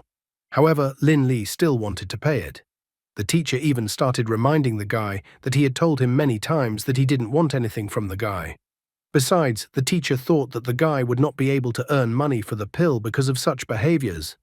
Lin Li had known the teacher for about a month, but except for buying fish and some medicine, he hadn't asked Lin Li for anything else financially. The blonde guy realized that he didn't have to please the teacher, but he still wanted to help the teacher at least this way. The guy thought the teacher was cool. After all, the teacher was helping him to advance his cultivation. In the end, Lin Li decided to leave and go back to meditating. Suddenly, 3 pumped-up men with scars on their faces entered the restaurant. They happily noted that they had finally found the old man. The main one of the 3 men told the old man to return the money immediately. However, the old man showed no reaction. He even reminded Li Quan that he had kicked the boss's ass last time.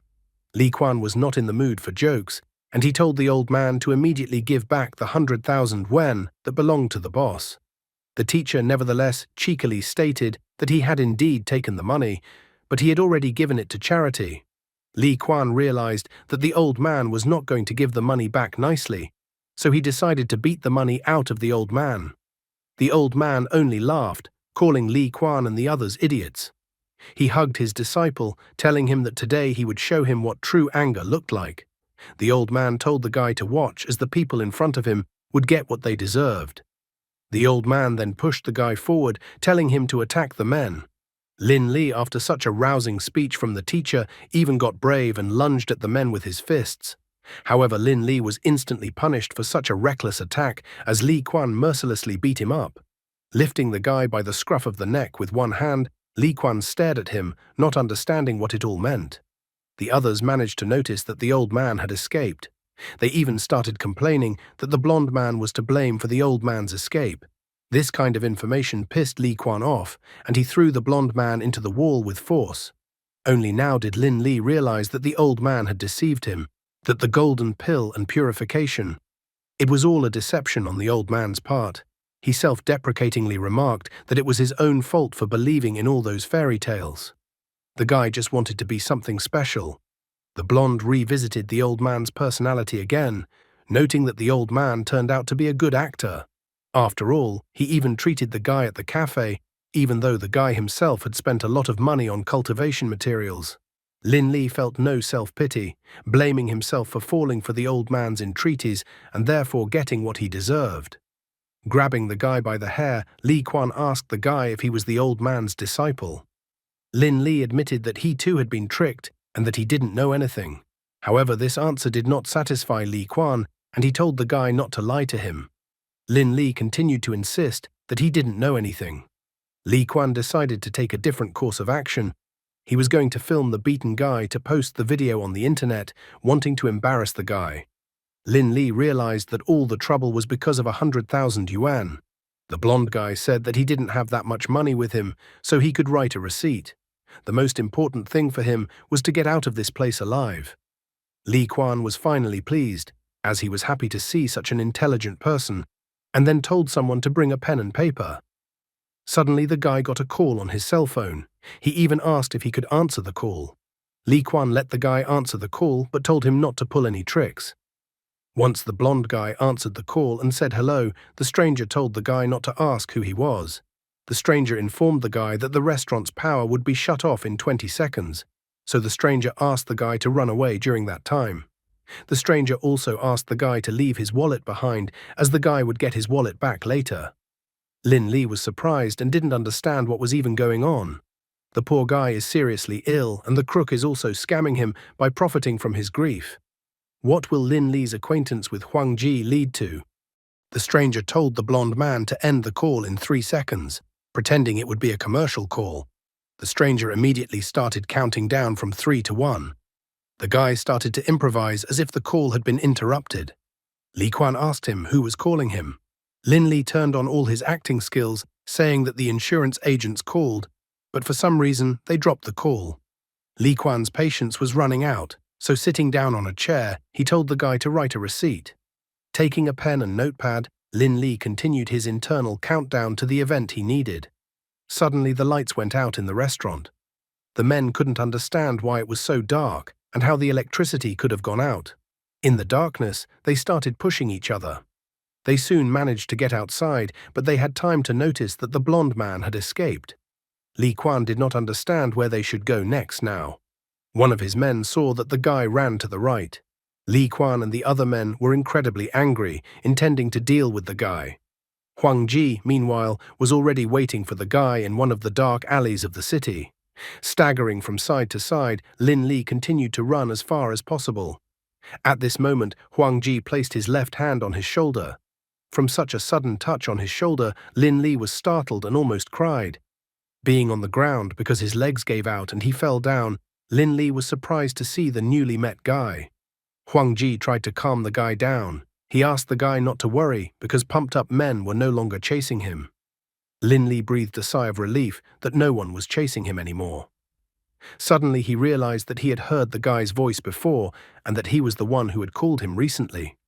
Huang Ji confirmed his hunch and also returned the guy's belongings back to him as the rightful owner. Lin Li was incredibly happy. He thanked the guy since he had saved his life. Huang Ji asked the guy not to exaggerate because the blonde man's problems were actually nothing.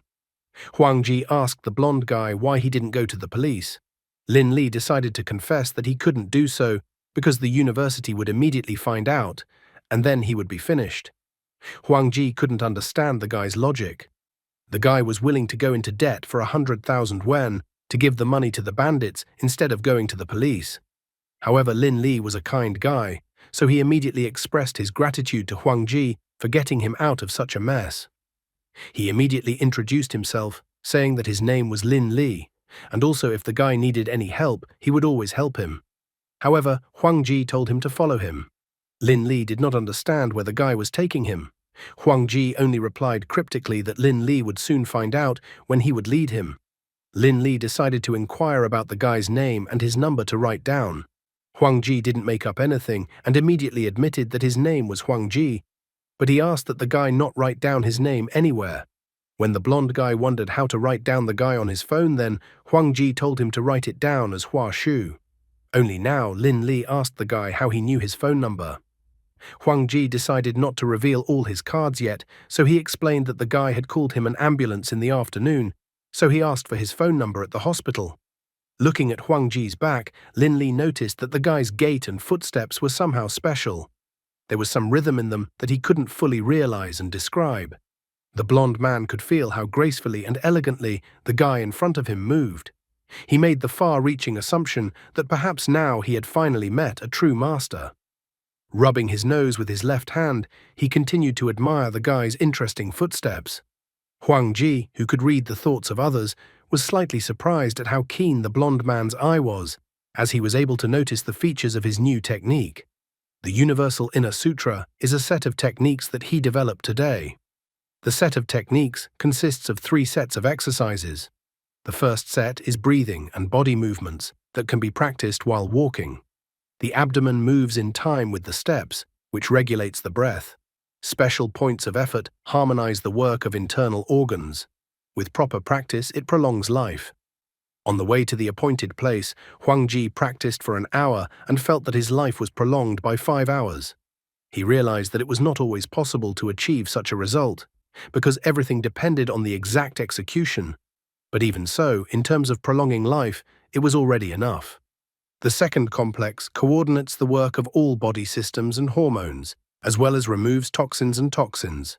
The second complex of exercises allows him to effectively train his body, and thanks to the precise control of his internal organs, he will be able to quickly remove any poison from his body unless the poison kills instantly. The third complex increases sensitivity to biocurrents, improves nervous system response and sensory acuity. Pain occurs when the body receives irritation, sends biocurrents to the brain, and the brain in turn affects neurotransmitters, increases the concentration of certain hormones, which causes various sensations understandable to the human consciousness. From this theory, it followed that people with low sensitivity to biocurrents are prone to neurasthenia, numbness, lethargy. Conversely, people with high sensitivity have high reactions and sharp senses. According to the guy's calculations, if he practiced all 3 sets of exercises for 8,000 hours, he would be able to freely control the biocurrents in his body and achieve 100% efficiency, like a perpetual motion machine. However, he felt that it was still not enough. Huang Ji thought that achieving perfection in the matter was incredibly difficult. Even though he was constantly adjusting his actions based on the information he received, his completion rate was only 13%, and that was in a calm environment. And with the slightest interference, he couldn't do anything at all. In addition, 8,000 hours was almost a year of continuous practice, and in reality it would take at least 2.5 years. He was extremely dissatisfied with this fact, because it was too slow. The guy decided to work on time efficiency later. After a while, Huang Ji informed Lin Li that they had finally arrived. Lin Li was surprised to see his master. Huang Ji told the old man to return the gold immediately. The old man was slightly surprised. Was the guy really addressing him? Lin Li ran up to the old man and grabbed him by the collar. He started complaining that the old man was a crook and was giving him trouble. The old man asked the guys not to push, as he had a heart condition. However, the guys were unwilling to believe another of the old man's ravings. The old man called Huang Ji too harsh since he decided to stand up for the blonde man. The old man turned his attention to Huang Ji. He said that Huang Ji seemed to be from the north and that his physique was quite strong, which meant that he must have worked in the fields. The old man wondered how much land Huang Ji's family owned. The blond man asked Huang Ji not to fall for the old man's tricks, as he himself had suffered because of this rogue. Huang Ji asked Lin Li to let him deal with the old man. Huang Ji took a seat on a chair and stated that his family only had 20 acres of land. The old man was polite, thinking that the guy must have had a hard time without his parents. Huang Ji confessed that he missed his parents very much. Although they passed away early in life, he would always remember their faces. Lin Li was quick to notice that the old rogue had guessed everything about him so accurately as well. He first assumed that the old man had originally learned all the information about him, but now he saw that the old man knew the information about Huang Ji as well. Even though this was also the first time he was meeting him, he sadly remarked that it looked like the old man was about to swallow Huang Ji's information. The old man calmly gobbled down the food and noted that the guy seemed to love his family very much, but nevertheless he had good reasons for leaving his remaining relatives. Huang Ji confessed that he left home for the sake of studying. The old man understood that a person sometimes had to make sacrifices for his future. He immediately realized that even though the lad lacked education, his physical attributes could compensate for this deficiency. The old man asked the guy to practice, and then he could shut up all the malcontents around him. Blondie wondered what the old man would say about Huang Ji. He also wondered what Huang Ji did for a living. The old man thought that the guy was just a student who was an athlete. He thought that the guy would make a living with his feet.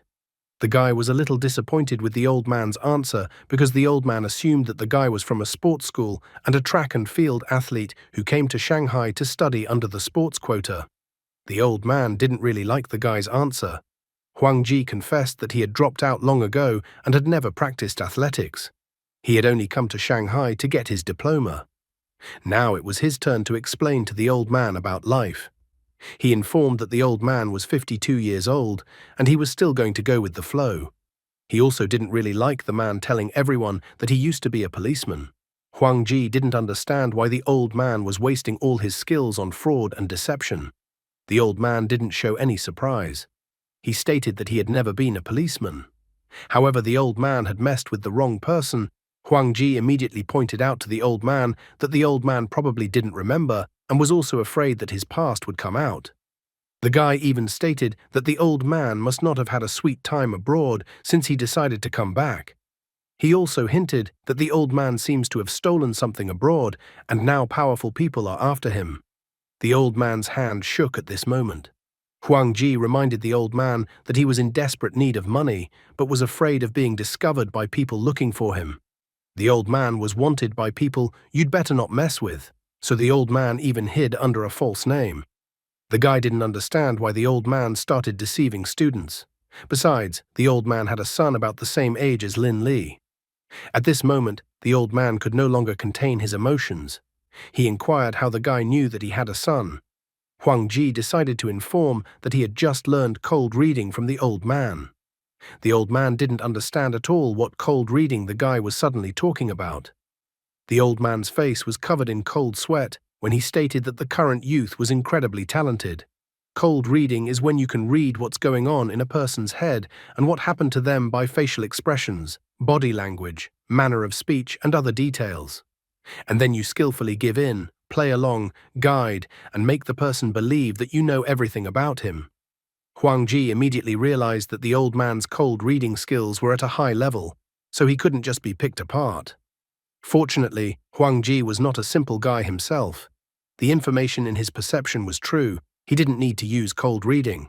The old man noticed that the guy seemed to be a master of cold reading indeed. Sadly, he realized that it looked like he wouldn't be able to turn away so easily today. He also feared that the guy might be related to the organization that was after him. Getting up from the table, the old man told the guys that the battle could not be avoided. Lin Li was indignant at the old man's behavior, for the old man thought that the two of them would not be able to cope with him. Suddenly, the old man called out to old Ma, and a big man wearing an apron came out to them. The old man declared that they were together.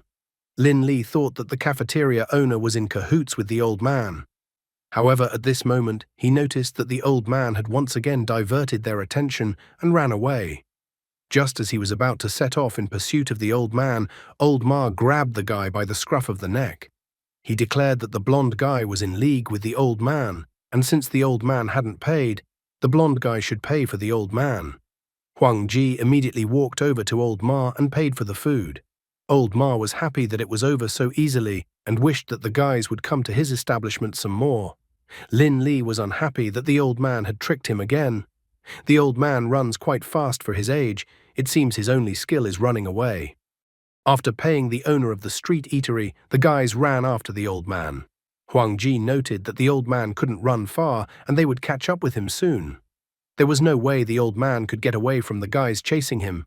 As he ran past the house, he knocked on the first-floor window. As soon as the guys ran past the house, the window opened sharply, so the owner of the house was going to find out who was knocking there. However, the know-it-all grabbed the blonde's head with his hand and tilted it down so that the blonde miraculously dodged the opening window. The old man continued his attempts to escape from the guys chasing him, and just at that moment he saw a bicycle. The old man climbed on the bicycle, hoping that the bicycle would allow him to get away from his pursuers. However, the old man was frightened and didn't notice that the bicycle had no seat at all, so he sat down on the iron. The old man wailed in pain and fell to the ground. At that moment he even cried. The guys managed to get to the old man and watched his agony. With gangster faces, they stared at the old man. Huang Ji even teased the old man that he would hardly be able to run so fast anymore. Standing up from the ground, the old man, even though he felt pain, realized that the guy in front of him was not so simple, so he was going to come up with an escape plan as soon as possible. Suddenly, a brilliant idea came into the old man's head. The guys somehow managed to lose sight of the old man, who was barely able to move. At that moment, the old man was sitting in a dumpster. The guys decided to look elsewhere. Sitting in the dumpster, the old man wondered if he could get out and if the guys had left. He couldn't stand the stench coming from the trash anymore and opened the dumpster lid. Unfortunately for the old man, the guys were standing in front of the dumpster. Huang Ji began to tease the old man again, saying that he was so scared of them that he even hid in the dumpster. Lin Li also plucked up his courage, declaring that the old man could no longer escape from them and that he had better hand over the money. The old man deftly climbed out of the dumpster. He declared that he would not run away because he couldn't escape from such guys anyway. Brushing off the trash, the old man wondered how the guys knew he was hiding in the dumpster. Huang Ji asked the old man to guess what he was holding in his hand. The old man guessed that the guy was holding a seashell. Huang Ji confidently stated that he was holding a piece of a mollusk shell. The ground around the porridge stall where they were standing was littered with fragments of a mollusk shell, and many of them had stuck to the old man's soles. While they were chasing the old man, he noticed many such fragments, but as soon as they turned onto this street, the shell fragments suddenly disappeared. However, there were a few shell fragments lying next to the dumpster, which is why he thought the old man had climbed into the dumpster. After the guy said that, the old man was incredibly frightened, thinking that the guy's observation skills were like those of a maniac. In fact, Huang Ji decided to give such explanations to make everything look logical. He couldn't admit that the dumpster had given him the idea. Lin Li blushed at that moment. He hadn't noticed anything, and his new brother was so cool. It was an unremarkable dumpster. The dumpster was filled with useless household waste, and it was into it that the old man had climbed a few minutes ago. The old man fell to his knees, declaring that he was giving up. The old man's actions were not surprising, as he realized that he was dealing with a maniac. No longer trying to escape, the old man handed the guys the materials he had used to trick Lin Li. He admitted that he had already spent the money the guy had given him and had no cash left. Therefore, he decided to give the guy his watch, stating that it was worth 2,000 yuan, so it could serve as collateral for the guy for the time being. Huang Ji glanced at the watch and immediately declared that it was not worth 2,000 yuan. He quickly determined that the old man had given them a second-hand watch that cost about 200 yuan. Suddenly, Huang Ji told the old man that he had decided to put the deception aside for now. Now he wanted to talk to the old man about serious matters. The old man did not understand what other serious matters the guy wanted to talk to him about. Well, since the guy had decided to leave the debt in the past, the old man was going to run away as quickly as possible. Looking at his back, the guy asked the old man when he had last visited his son at the cemetery. The old man immediately tensed up and asked the guy point-blank who he was. Huang Ji was not embarrassed in the least and made the old man an enticing offer. He asked the old man if he wanted to avenge his son.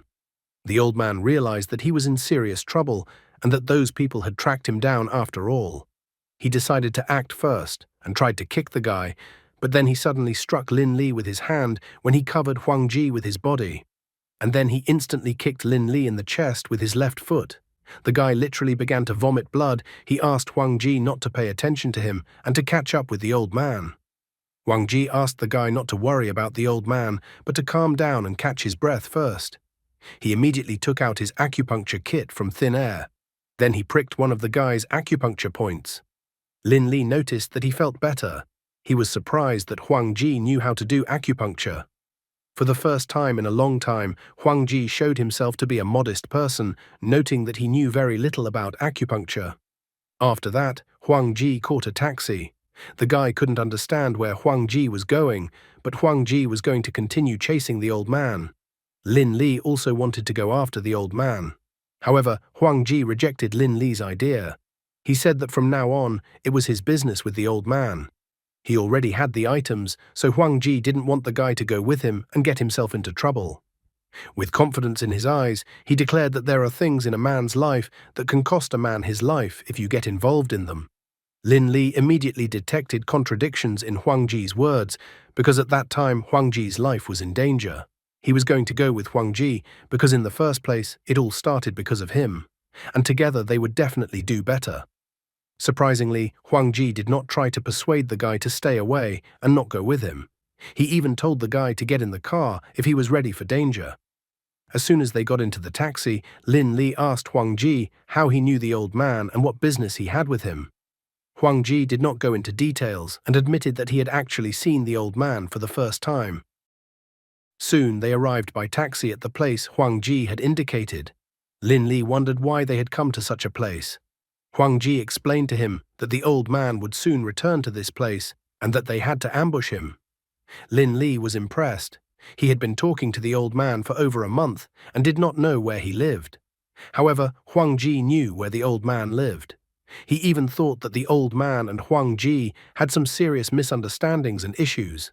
Now he was sure that Huang Ji was a true master. The guy wanted to prove himself to Huang Ji because then Huang Ji might teach him some secret techniques, or at least the basics. After sitting behind the bushes for a while, they saw an old man looking around, trying to see if anyone else was following him. At that moment, Lin Li jumped out of the bushes. He went behind the old man and knocked him to the ground. The guy exclaimed again that the old man could not escape them now. Poor old man, the guys were chasing him all over the city, and it was so hard for him. The old man was surprised that the guys were so persistent that they found him again. Huang Ji pompously declared that they were tired of waiting for the old man, so he asked the old man to invite them to visit him. The old man did not understand why they were doing all this, because if these people had made it to China, then if they wanted to, they could kill him. However, in China, these people's lawlessness would not work. The old man even thought that the guy had deliberately fallen for his deception. Huang Ji was tired of the old man's stupid questions, so he said that there had been a misunderstanding. He asked the old man not to worry, because he was not who the old man thought he was. Placing his hand on the old man's shoulder, the guy with a frightening face asked the old man to come inside, as he did not like to discuss certain things in the moonlight. After examining the guy from head to toe once more, the old man noticed that the guy really didn't look like those people. He asked Lin Li to let him go so they could go inside the house to talk. They climbed the stairs to the right floor and approached the old man's front door. However, before the old man could open the front door of his apartment, the guy tugged on his jacket and asked him to wait. He found a suspicious fingerprint on the old man's front door. He then gestured for the others to keep quiet. He took the old man and Lin Li around the corner of the entryway, asking them to wait at that spot. Quietly slipping into the apartment, the guy grabbed the TV remote. Lin Li tried to ask what was going on here, but the guy covered his mouth with his hand, telling Lin Li to be quiet. After that, Huang Ji used the remote to turn on the TV. There was another drama on TV about relationships, betrayal, and stealing.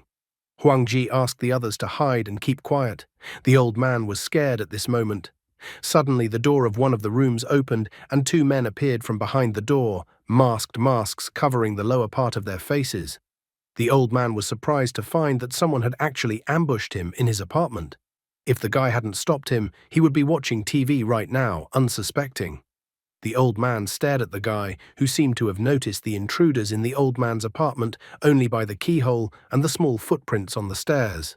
He remembered from their night chase that the guy was good at surveillance, but now the guy had exceeded his expectations. The killers rushed to attack the old man, who was supposed to be sitting on the couch watching TV. However, they suddenly discovered that there was no one on the couch. Huang Ji appeared behind them, and with one punch to the neck, he knocked out one of the assassins. The other assassin immediately noticed that his accomplice had been knocked out, so he rushed to attack the assailant.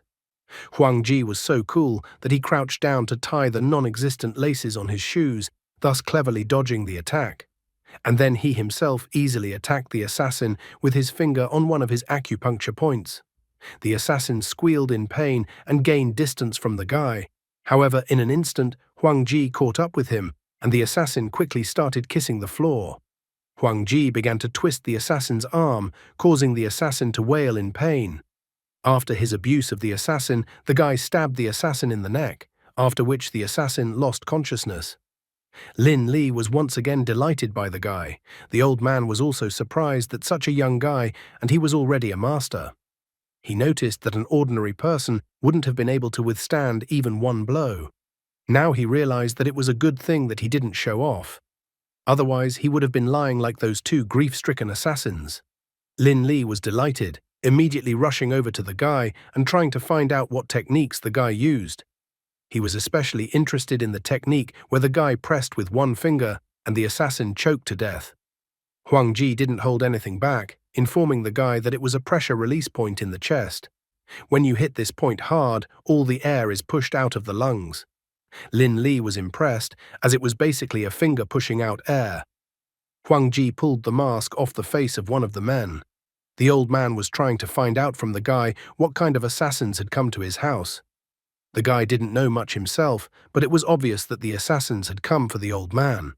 Only now did the old man decide to inquire about who the guy even was and what he knew. Huang Ji decided to tell him that he knew a lot about his affairs, and that the old man's son, Wang Xiaofan, had told him everything. The old man's son invited him to join them, but the guy couldn't, and so he declined. He later found out about the old man's son, death, and had been looking for the old man all this time. It was a simple legend invented by Huang Ji. Huang Ji remarked that he was sorry that Wang Xiaofan had died. The old man was shaking just at the mention of his son's name. The old man clearly shouldn't have gotten involved in murky matters and put his son in danger. Lin Li was surprised that Huang Ji turned out to be acquainted with the old man's son. Huang Ji pointed out that it was a long story and also whispered that it was a made-up story. It was actually the first time the guy had seen the old man, so there was no way he could know the old man's son. He just used his ability and found out all this information just by looking at the old man. But for the old man, he picked the most believable version about the old man's son. Especially he knew that the old man's son couldn't tell him anything, since the old man's son had already died. The old man took the locket out of his pocket.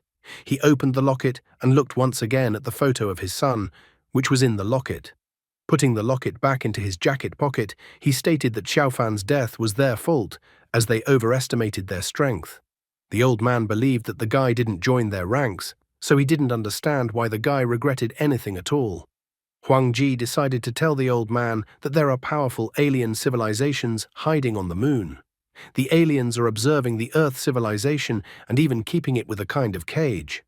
The guy admitted that he did not understand why the alien civilizations had not yet conquered mankind, but he understood perfectly well that the intentions of the aliens were very unkind. He also shared with the old man that the aliens have raised a group of traitors to humanity on Earth, who act as agents of alien forces. They prevent humans from uniting and suppress the development of space technology. The guy also added that the traitors are smuggling for the aliens. The old man was surprised if Xiaofan had told the guy everything. Huang Ji only smiled after noticing the old man's reaction. He explained that the gang of henchmen consisted of the richest people in the world. They have a wide range of organizations under their command, such as banks and think tanks. The old man continued the speech, adding that under their command there are also transnational corporations, research institutes, foundations, and other network organizations. They secretly control more than 100 capitalist countries. According to the old man, their symbol is the all-seeing eye on the full moon, and their name is Moonlight Alliance. Huang Ji joined the conversation, noting that Moonlight Alliance has infiltrated many secret services of different countries and is hiding the existence of aliens from humans to make life easier for themselves. However, the guy believed that it was impossible to hide the truth forever. Among the countless enthusiastic ufologists who believe that aliens are around, found an elite group that joined together and created an organization that opposes Moonlight Alliance. This group is also known as the Kunlun Society.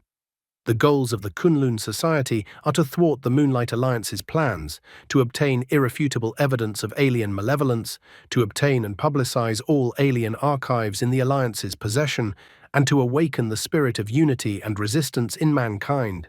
The truth is out there. The organization has been dissolved and reconstituted several times, survived several betrayals and extermination operations of the Moonlight Alliance. In terms of capability, power, wealth, and even organization, they were inferior to the Moonlight Alliance in every way. Since its founding in 1948, the Kunlun Society had never once been able to create a threat that could shake the Moonlight Alliance's foundations, let alone the hidden alien forces behind the alliance. Currently, the old man believed that they were the third generation, and their strength was far less than the previous two. For the moment, they were almost entirely composed of amateurs. However, Huang Ji noted that despite the huge difference in strength, they still didn't give up. Last year, they had managed to infiltrate an armed research institute in the state of New Mexico in an attempt to steal the technical data stored there. It appears that Xiaofan died during that mission. The old man sat down on the floor and clutched his head, tears streaming from his eyes. He said bitterly that the idea was stupid, a pure gamble. In the end of this mission, they had lost almost half of their men. Of the remaining men, some were exposed, and they had to flee.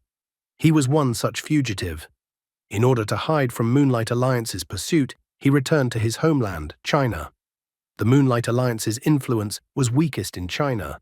But the old man still has to hide because he knows that the people from the Alliance are searching for him. Lin Li had absolutely no understanding of how the talk of aliens suddenly came up. He thought it was just a lingering joke between the old man and Huang Ji. The guy had to explain to him that all the words they had said earlier were not a joke. Huang Ji affirmatively stated that Moonlight Alliance's power was superior to every country in the world, and every few years, they sold humans to aliens in exchange for some alien high technology. The blonde guy had no way of understanding why the aliens needed humans. Then the old man explained to him that humans become slaves to the aliens. Huang Ji was a little surprised when he heard the old man talk about slavery. He immediately thought that this seemed to be what the Kunlun Society thought, although he thought it was too naive. Even though he didn't know the specific goals of the aliens, he could guess from the way the grey aliens from the moon called humans delicious that humans were just food to them. Huang Ji reminded the old man that an incredibly large number of people had died, so he asked the old man if Kunlun Society had any results. He couldn't believe that they hadn't been able to achieve even the slightest success in their endeavor. However, the old man brought the disappointing news that they hadn't managed to get anything and had suffered a total defeat. However, after looking closely at the old man, the guy realized that the old man didn't trust him since they had managed to obtain something. Huang Ji turned to Lin Li, wondering how the university student was able to fall for the old man's empty words. He thought that the old man probably showed the guy some kind of trick, since the guy believed the old man so easily. The blonde tried to remember his first meeting with the old man. He managed to remember that the old man had demonstrated the flight of the golden core. The old man even blabbed to the students that he controlled the golden core with qi. The blonde guy couldn't see any trick in the old man's actions. However, the old man now admitted that he was showing a simple trick at the time. Huang Ji immediately found a scientific explanation for the old man's trick. It seemed to him that the old man's trick was similar to superconducting magnetic levitation, the Meissner effect. Assuming that there was a magnet hidden inside the staff, the superconductor could levitate stably above or below a permanent magnet due to the magnetic flux anchoring effect. But the guy reminded that in such a case, the superconductor requires ultra-low temperatures to exhibit this property, and current technology does not allow this to be achieved. Lin Li was surprised at such a detailed explanation of the old man's trick. The old man, on the other hand, was surprised that the guy seemed to have figured out his bluff. Huang Ji again explained that Xiaofan trusted him and told him everything he knew before he left. Xiaofan also told the guy about the old man as well. According to Xiaofan, the old man was the closest person to him. Xiaofan's biggest dream was to pilot a spaceship built by humans and travel the vastness of space with his father. Huang Ji, still pretending to be Xiaofan's friend, said that he completely did not expect to meet the old man when the old man was cheating people in the restaurant. The old man was still under great shock. Xiaofan spoke of his dream only to him, and since the guy could repeat his son's words, he decided that the guy was unlikely to be from Moonlight Alliance. In the end, the old man believed that the guy was actually a friend of Xiaofan's, whom Xiaofan had met in China. He even convinced himself that his son was returning to the country before last year's mission, and that was probably when Xiaofan met the guy who was standing in front of him now.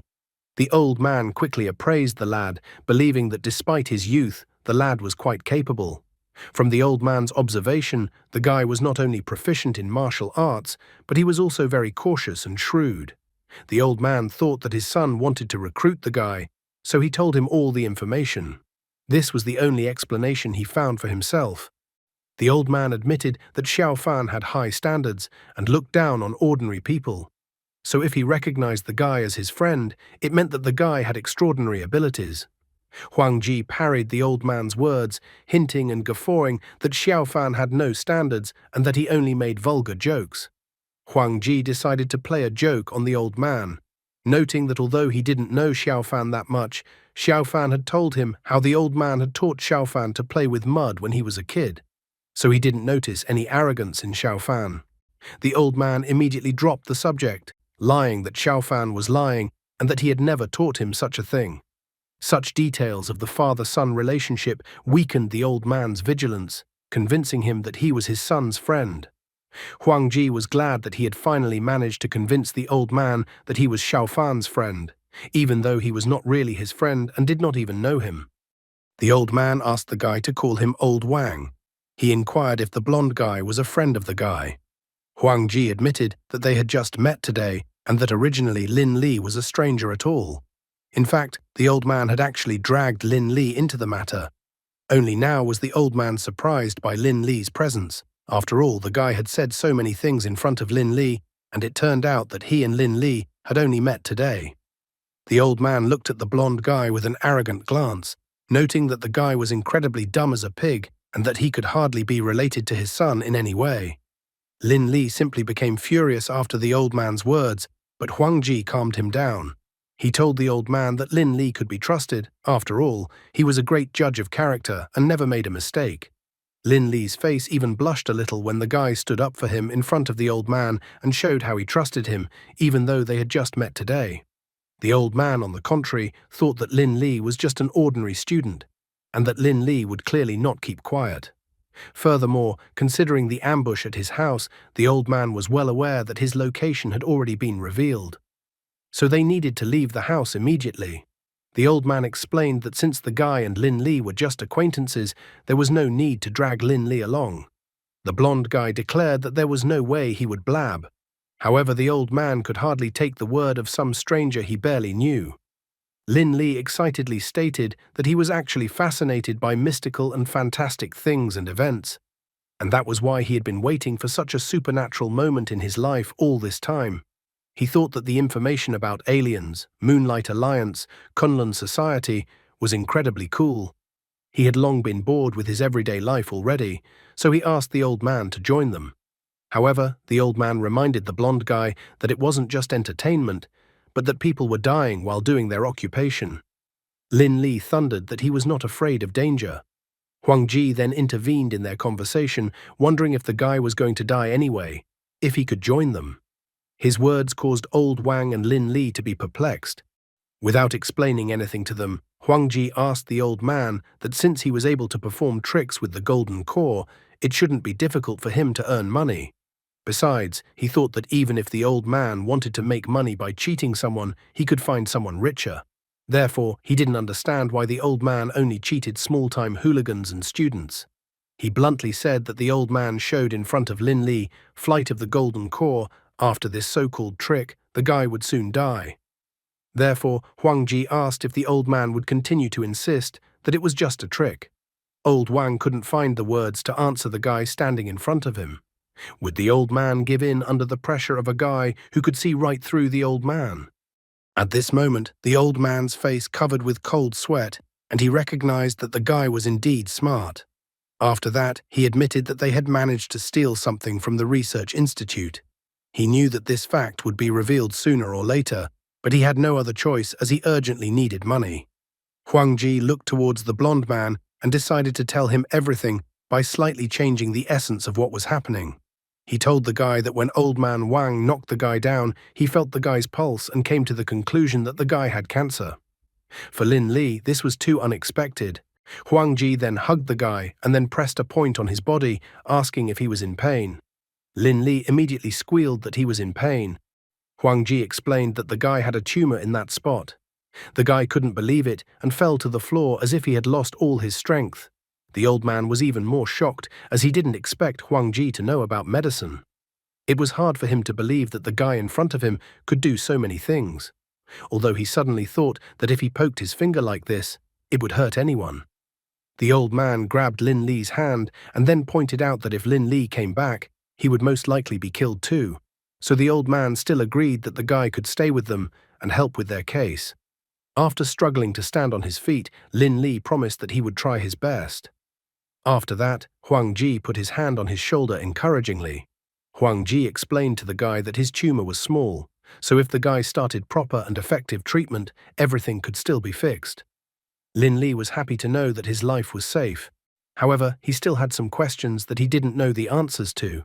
He realized that the Moonlight Alliance they were talking about, although it looked imposing, was not that omnipotent.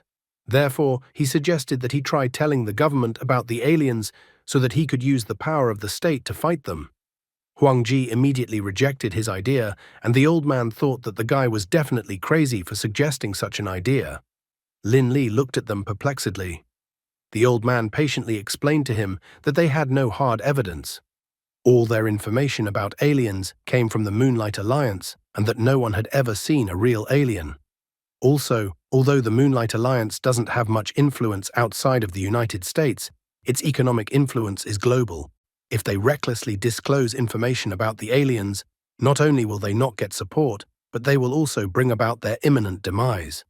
Huang Ji recalled that the Kunlun Society had failed 3 times in history. Once they even promoted a congressman to the presidency in an attempt to expose the truth from the top down, but that president was assassinated 3 years after taking office. Sounds like he's talking about John Fitzgerald Kennedy. Kunlun Society then underwent a massive purge. The old man sighed, remembering the old days. He remembered that those 3 years had been the most glorious 3 years for Kunlun Society, but that time had only lasted 3 years. After that, the Moonlight Alliance was frantically pressuring Kunlun Society. So many members of the organization betrayed them to save their lives, and as a result, Kunlun Society's strength was drastically weakened. The old man sadly pointed out that after decades of reorganization, they were unable to fight Moonlight Alliance. They could only hide in the shadows and do minor mischief. After that, he raised his head and looked directly at the guy, repeating his last words while looking him in the eyes. However, Huang Ji only grinned, proclaiming that he had never believed in invincible opponents. He even declared that he refused to join them because he knew that they wouldn't succeed. The old man did not argue with him, but accepted the sad truth. He inquired about what the guy really wanted.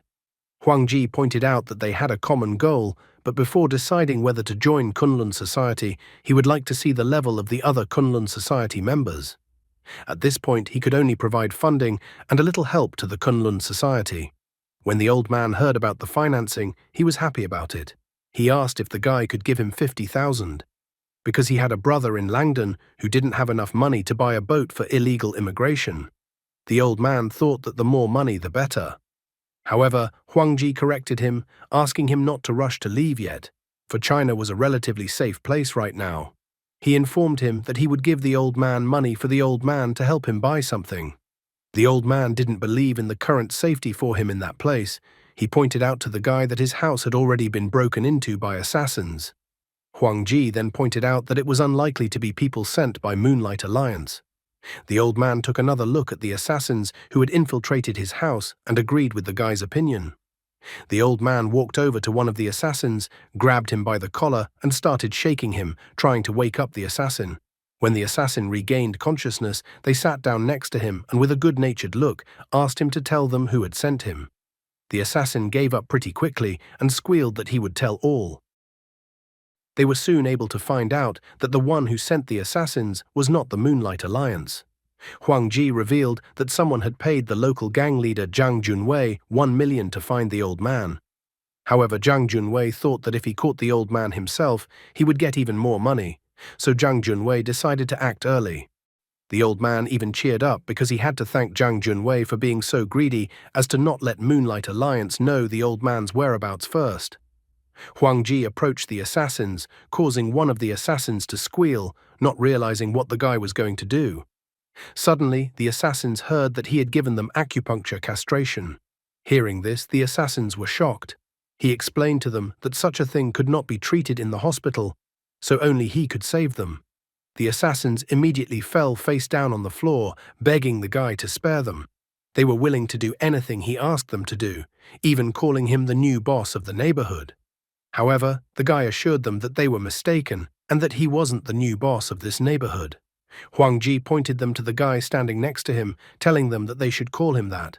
Lin Li didn't understand why they chose him for this case. After that, they arrived at the warehouse that was the assassin's base.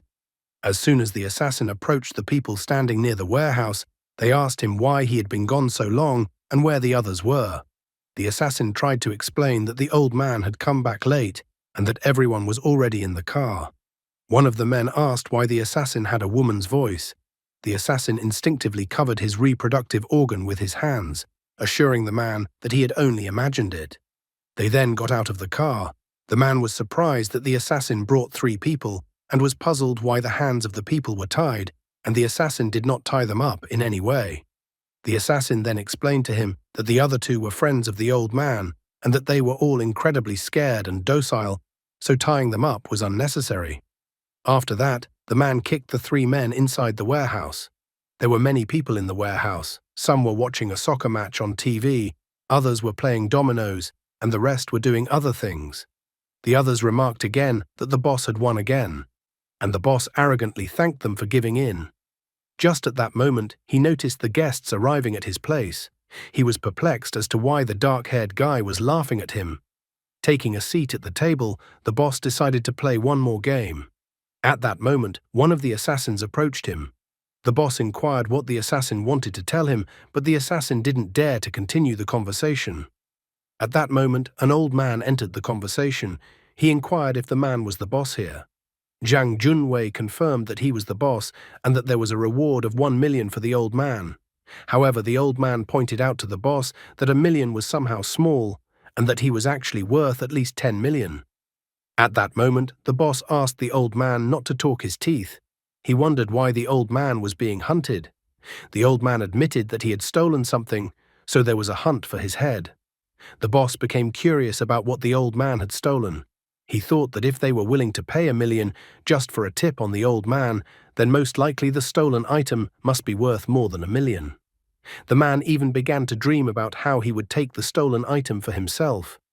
However, the old man asked if the boss was sure that he could talk here, because it would be better for their conversation to be face-to-face.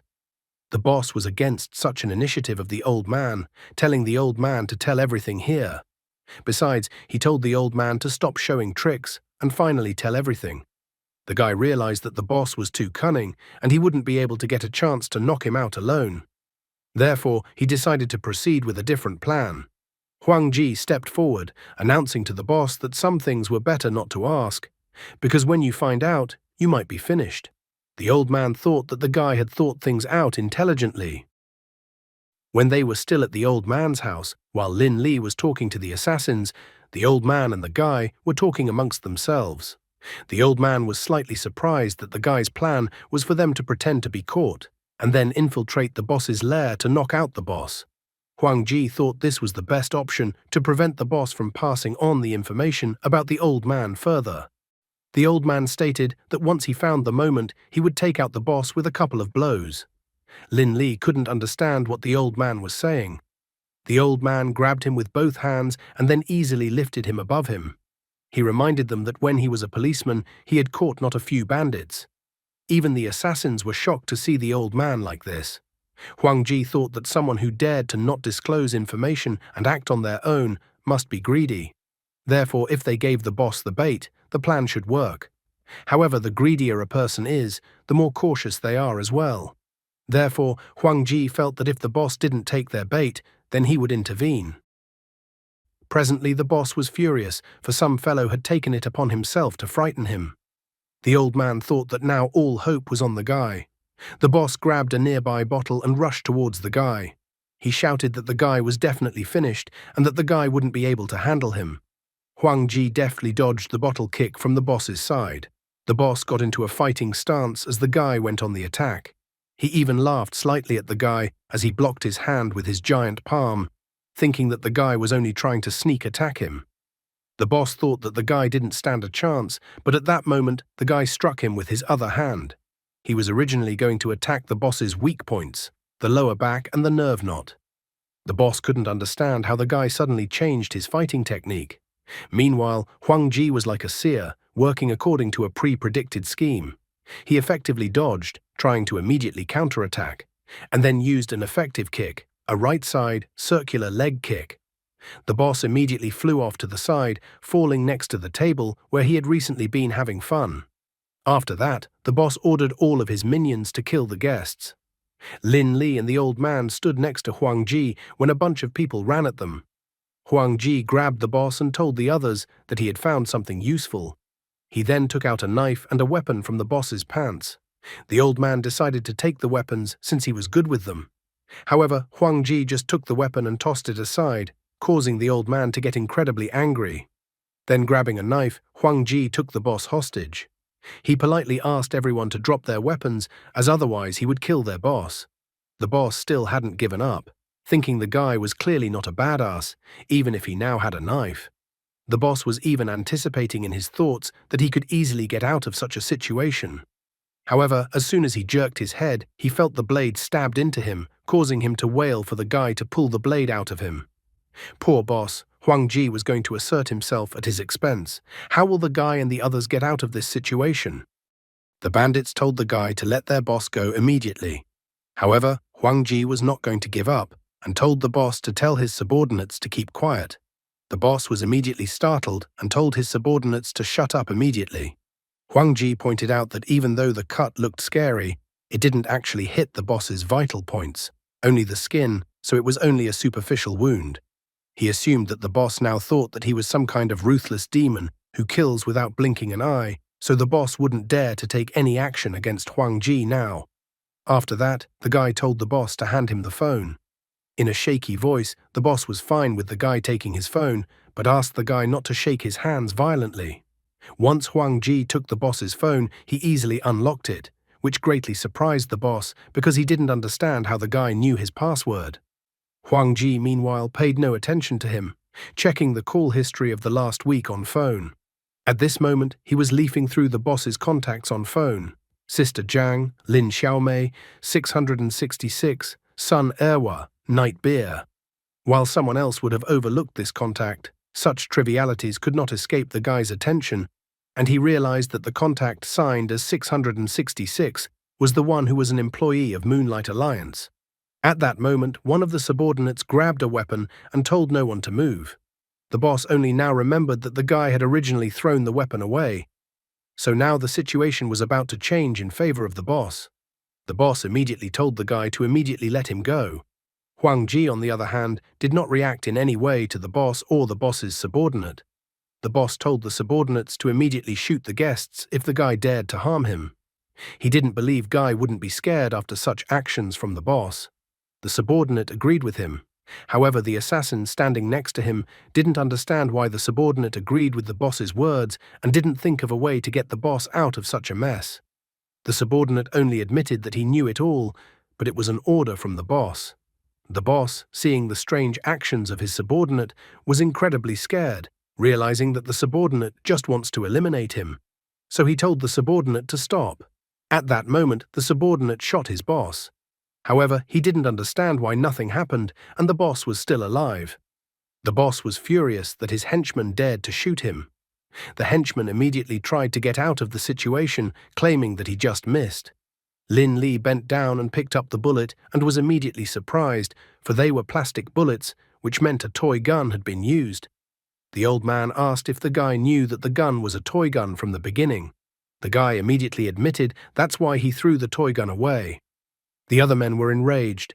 They immediately surrounded the henchman, noting that the henchman had huge ambitions and that he had never obeyed Zhang Junwei and thus wanted to take the boss's place. The henchman tried to justify that he did it by accident. Huang Ji, on the other hand, in his thoughts, was celebrating his genius, because he had purposely thrown the toy gun towards the henchman, since out of the entire crowd, only this henchman would actually shoot at the boss. Huang Ji mocked the boss, pointing out that the boss was not very good at disciplining his subordinates, and that one of the subordinates was already vying for the boss's position, but the boss didn't react to it. Zhang Junwei thought that his weapon was an ultra-realistic replica, so he thought that an ordinary person would never distinguish it from the real thing. The boss was greatly surprised that some guy immediately realized that the gun was a toy gun as soon as he barely picked up the weapon. Zhang Junwei even thought that the guy must be very good with weapons. Now he also realized that now the last attempt to get out of this situation was now gone. He can't twitch in a situation like this and must just sit obediently as his life is at risk. Eventually, the boss announced to everyone present that he was surrendering. He also told his henchmen to drop their weapons and step back. The subordinates were actually worried about their Tony Soprano. Zhang Junwei finally decided to inquire about who the guy standing in front of him was. However, Huang Ji was not particularly interested in the boss's opinion. He pointed at the phone screen and asked the boss directly if the contact recorded as 666 had hired him to catch the old man. The boss did not hide the information, saying that the customer had given 50,000 as a deposit and promised to give another million after the assignment was completed.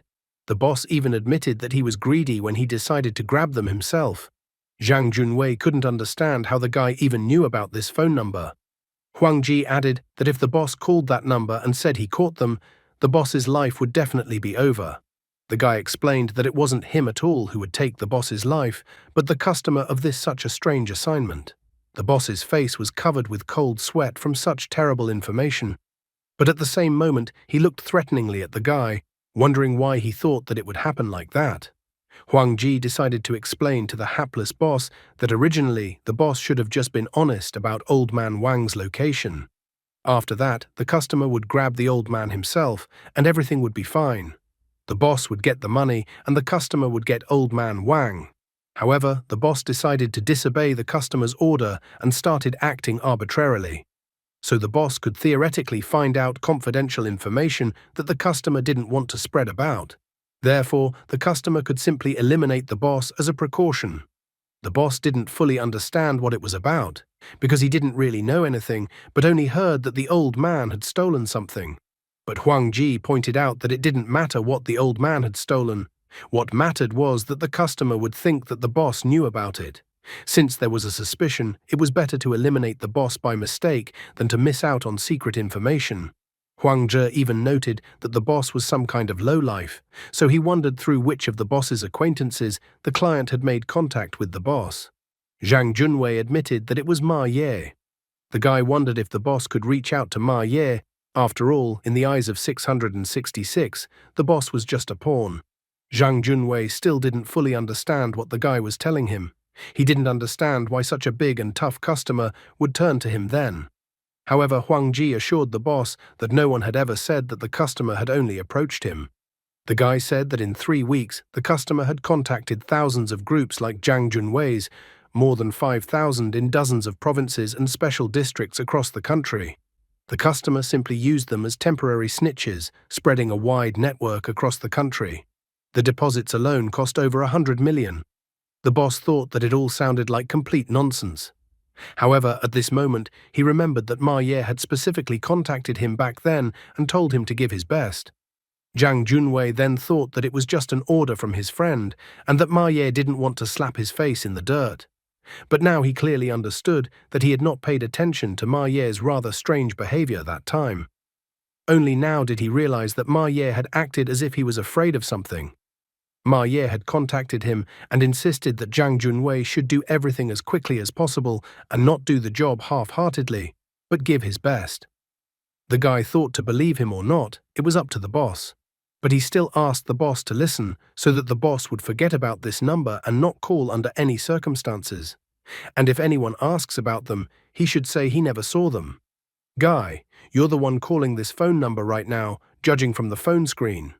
Huang Ji stated that he will delete the call history and phone number from the boss's phone. If the boss agrees with his decision, he will let the boss go. There was no choice, so the boss agreed to his terms. As soon as the guy released the boss immediately knocked the guy's hand aside. Stretching out his hand, he stated that he had indeed made a promise to the guy. However, he also noted that his gang did not agree with him on this decision. His henchmen gathered to finish off the two guys and the old man in a flash.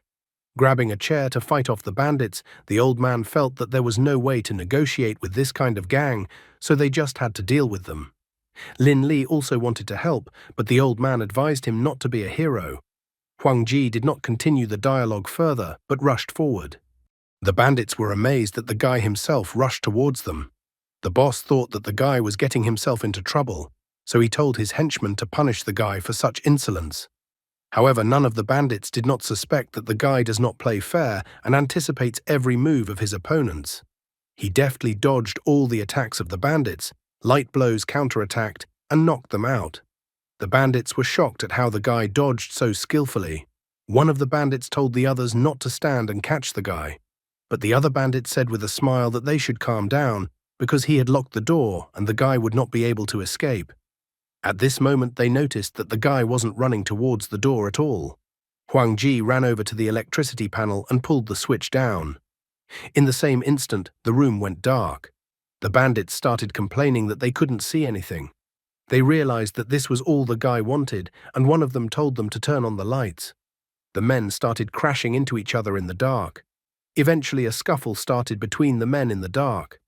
After a while, finally someone turned the lights back on. Lin Li and the old man were surprised at this, as they hadn't escaped yet. They tried to look around the room and saw the boss's subordinates lying on the floor, not understanding what had even happened here. Lin Li was surprised, asking the guy if the guy could see perfectly in the dark.